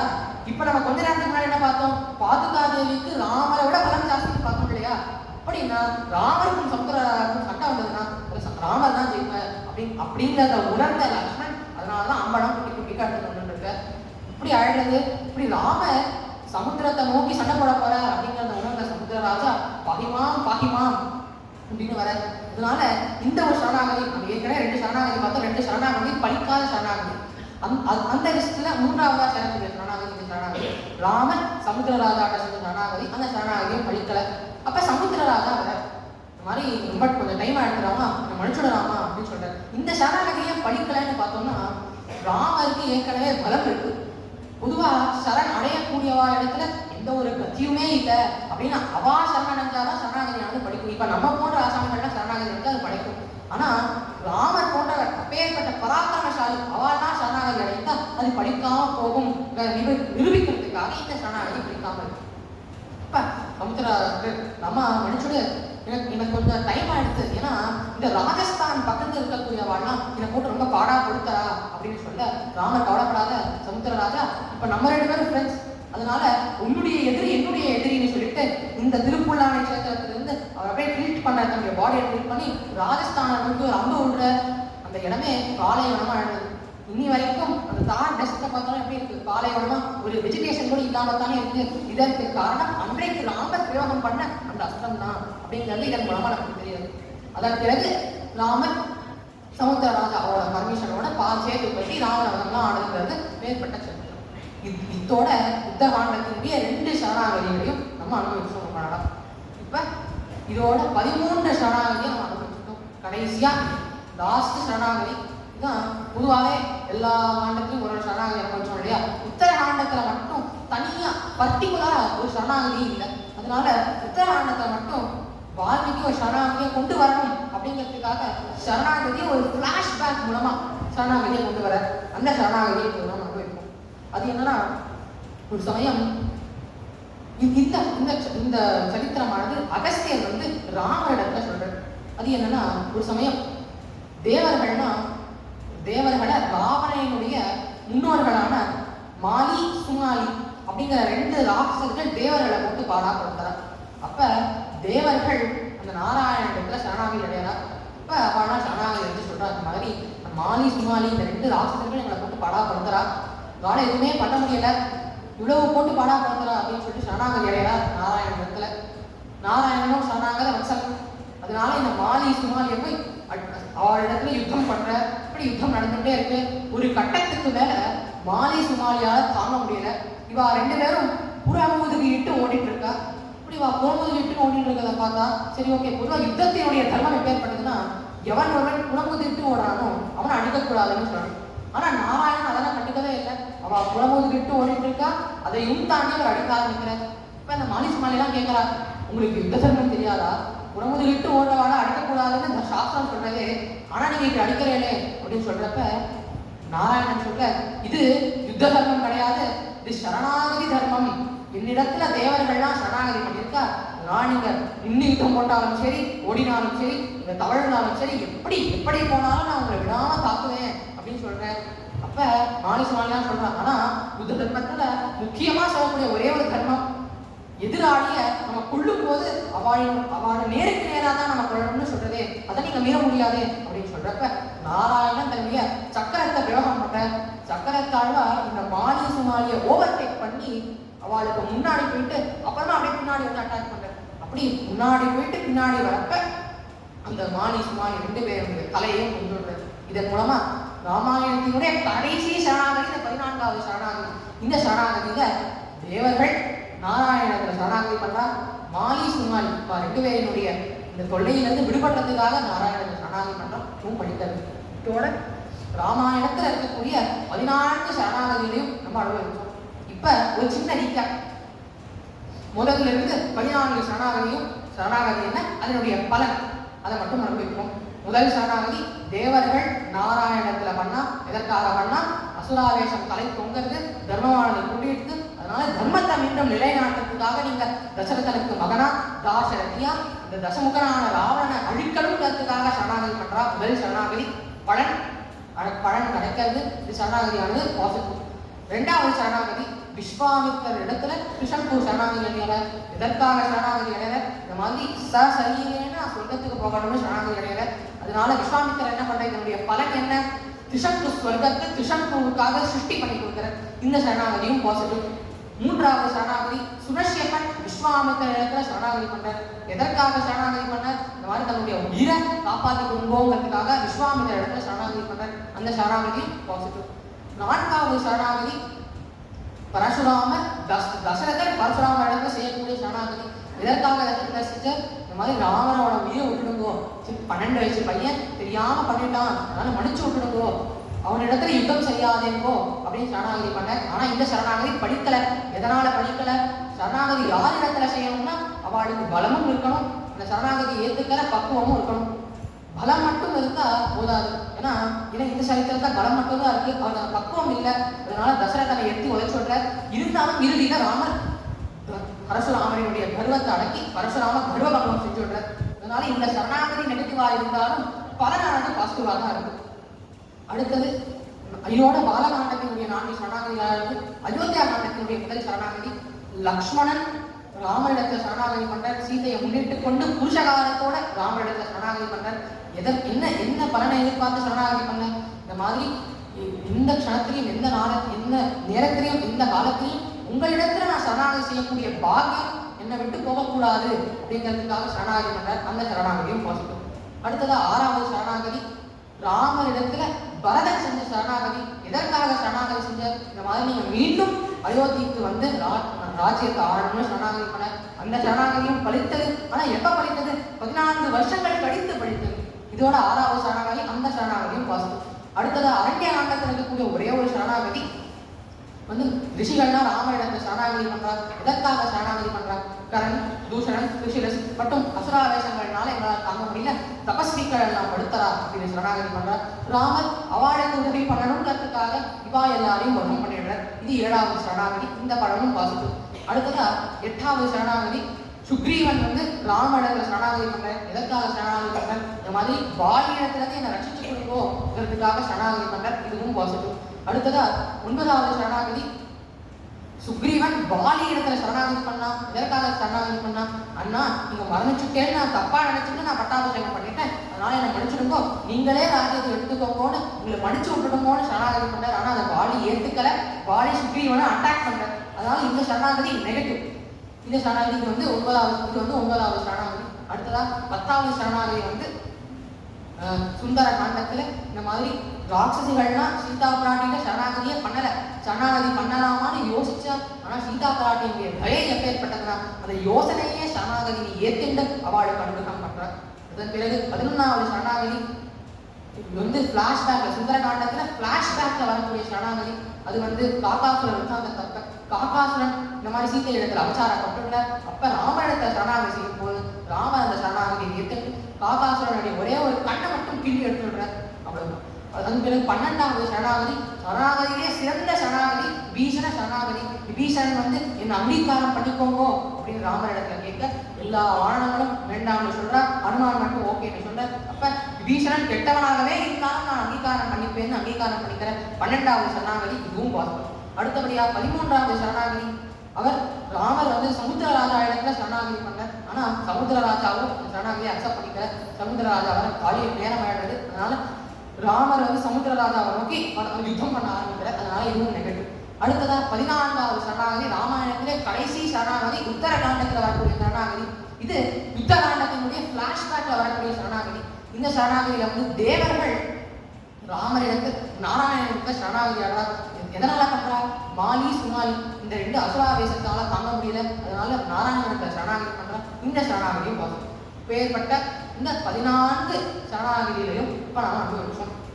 நான் முதல்ல சொன்னேன் இல்லையா, ஒரு காவியம் அப்படின்னு எடுத்துக்கிட்டோம்னா அதனுடைய சாரத்தை நம்ம எப்படி கண்டுபிடிப்போம்? அதற்கு 6 விதமான அடையாளங்கள் நம்ம சொன்னோம் இல்லையா.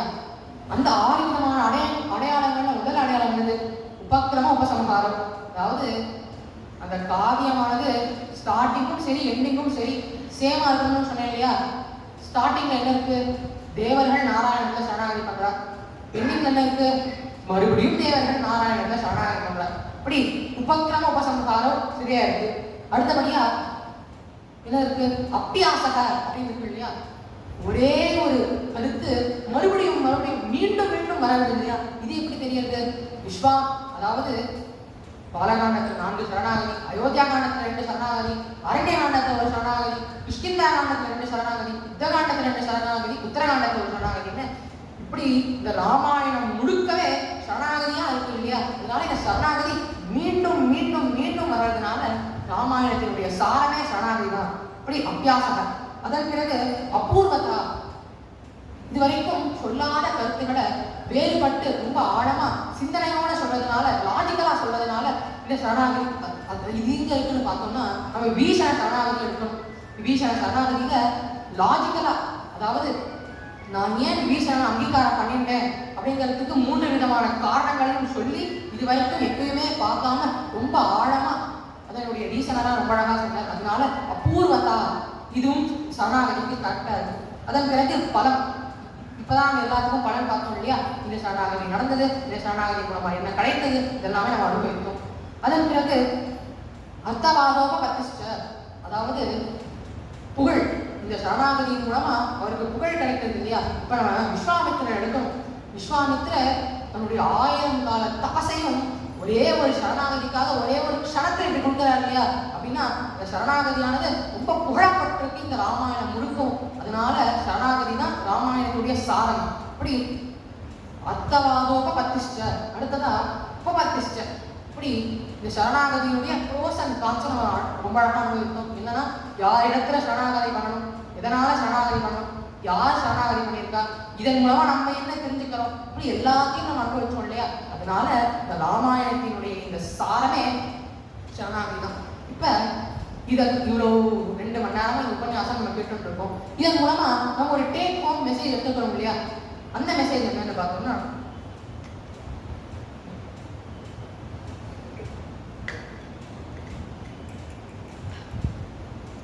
அந்த மெசேஜ் என்னன்னு பார்த்தோம்னா, சுவாமி வேதாந்த தேசிகன் தன்னுடைய நாடகத்துல ரொம்ப அழகா ஒரு எடுத்திருக்கார்.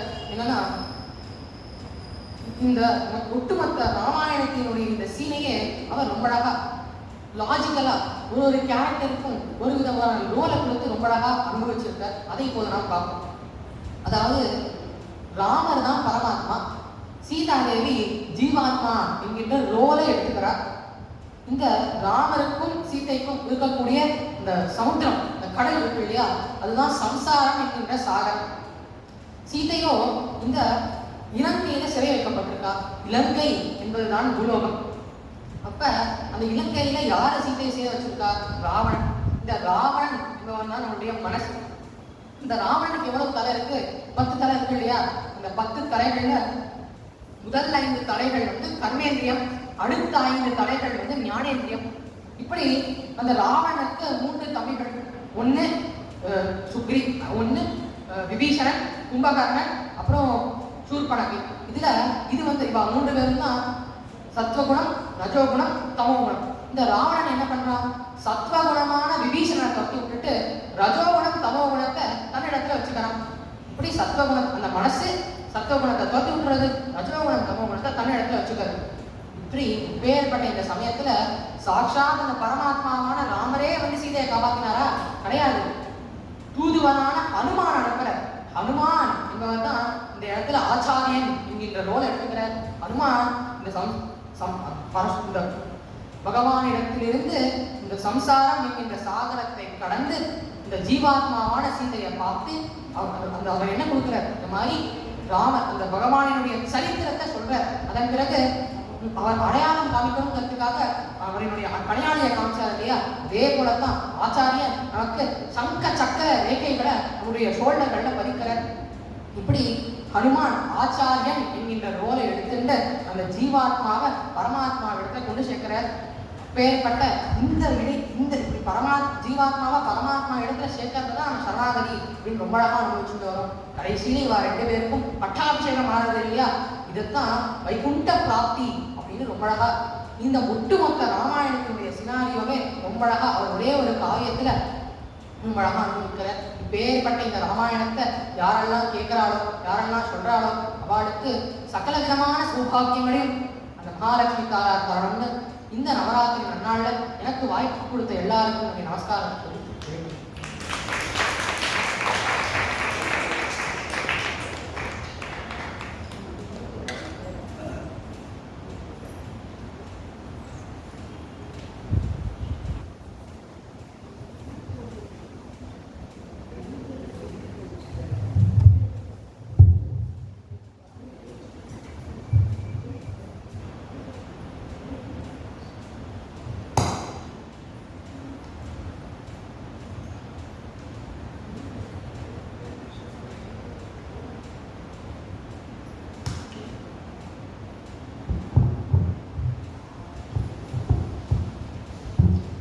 சர்வேஷோடது எப்படி இருந்தது?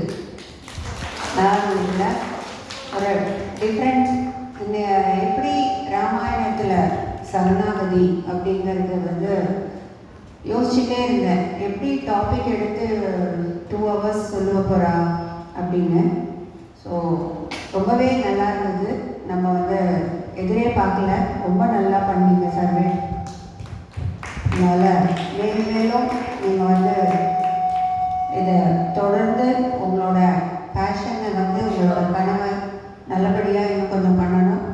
இன்னொரு வாட்டி இன்னொரு சந்தர்ப்பத்தில் இந்த மாதிரி எங்களுக்கு வந்து வேறு டாப்பிக்கில் பண்ணி கொடுக்கணும்னு கேட்டுக்கிறோம். இந்த இதில் இன்றைக்கி ஆக்சுவலி சுதாமா வரல, அவங்க வந்திருந்தாச்சு. ரொம்ப என்கிட்ட கேட்டுகிட்டே இருந்தாங்க, இவங்களை வந்து இன்ட்ரடியூஸ் பண்ணி விட்டதுக்காக. சரி பண்ணலாம் அப்படின்ட்டு சொன்னேன். ரொம்ப ப்ராம்ப்டாக அவள் பேரண்ட் வந்து எனக்கு உடனே கம்யூனிகேட் பண்ணி, உடனே டேட் ஃபிக்ஸ் பண்ணி கொடுத்து, உடனே பயோடேட்டா கொடுத்து, எல்லாம் ரொம்ப ப்ராம்ப்ட். நேற்றுக்கு நான் ரிமைண்டருக்காக ஃபோன் பண்ணேன், தானாகவே சொல்லிட்டேன் நான் எல்லாம் கரெக்டாக வந்துடுவேன், எல்லாம் பண்ணிடுவேன் அப்படின்னு சொல்லிட்டு. ஸோ இந்த மாதிரி ஒரு டெடிகேஷன், இந்த மாதிரி ஒரு ஆத்ம திருப்தியோடு பண்ணுற அந்த இது வந்து என்டையர் சிஸ்டமுக்கு இருக்குது. அதனால அதை வந்து நம்ம வாழ்த்தலாம், மனமாற பிரார்த்திச்சுக்கலாம். யோகக்ஷேமத்துக்காகவும் நம்ம எல்லாருடைய இதுக்காகவும் இன்னைக்கு வந்து இது பண்ணதுக்காக நம்ம சார்பாக ஒரு சின்ன மொமெண்ட்டும்.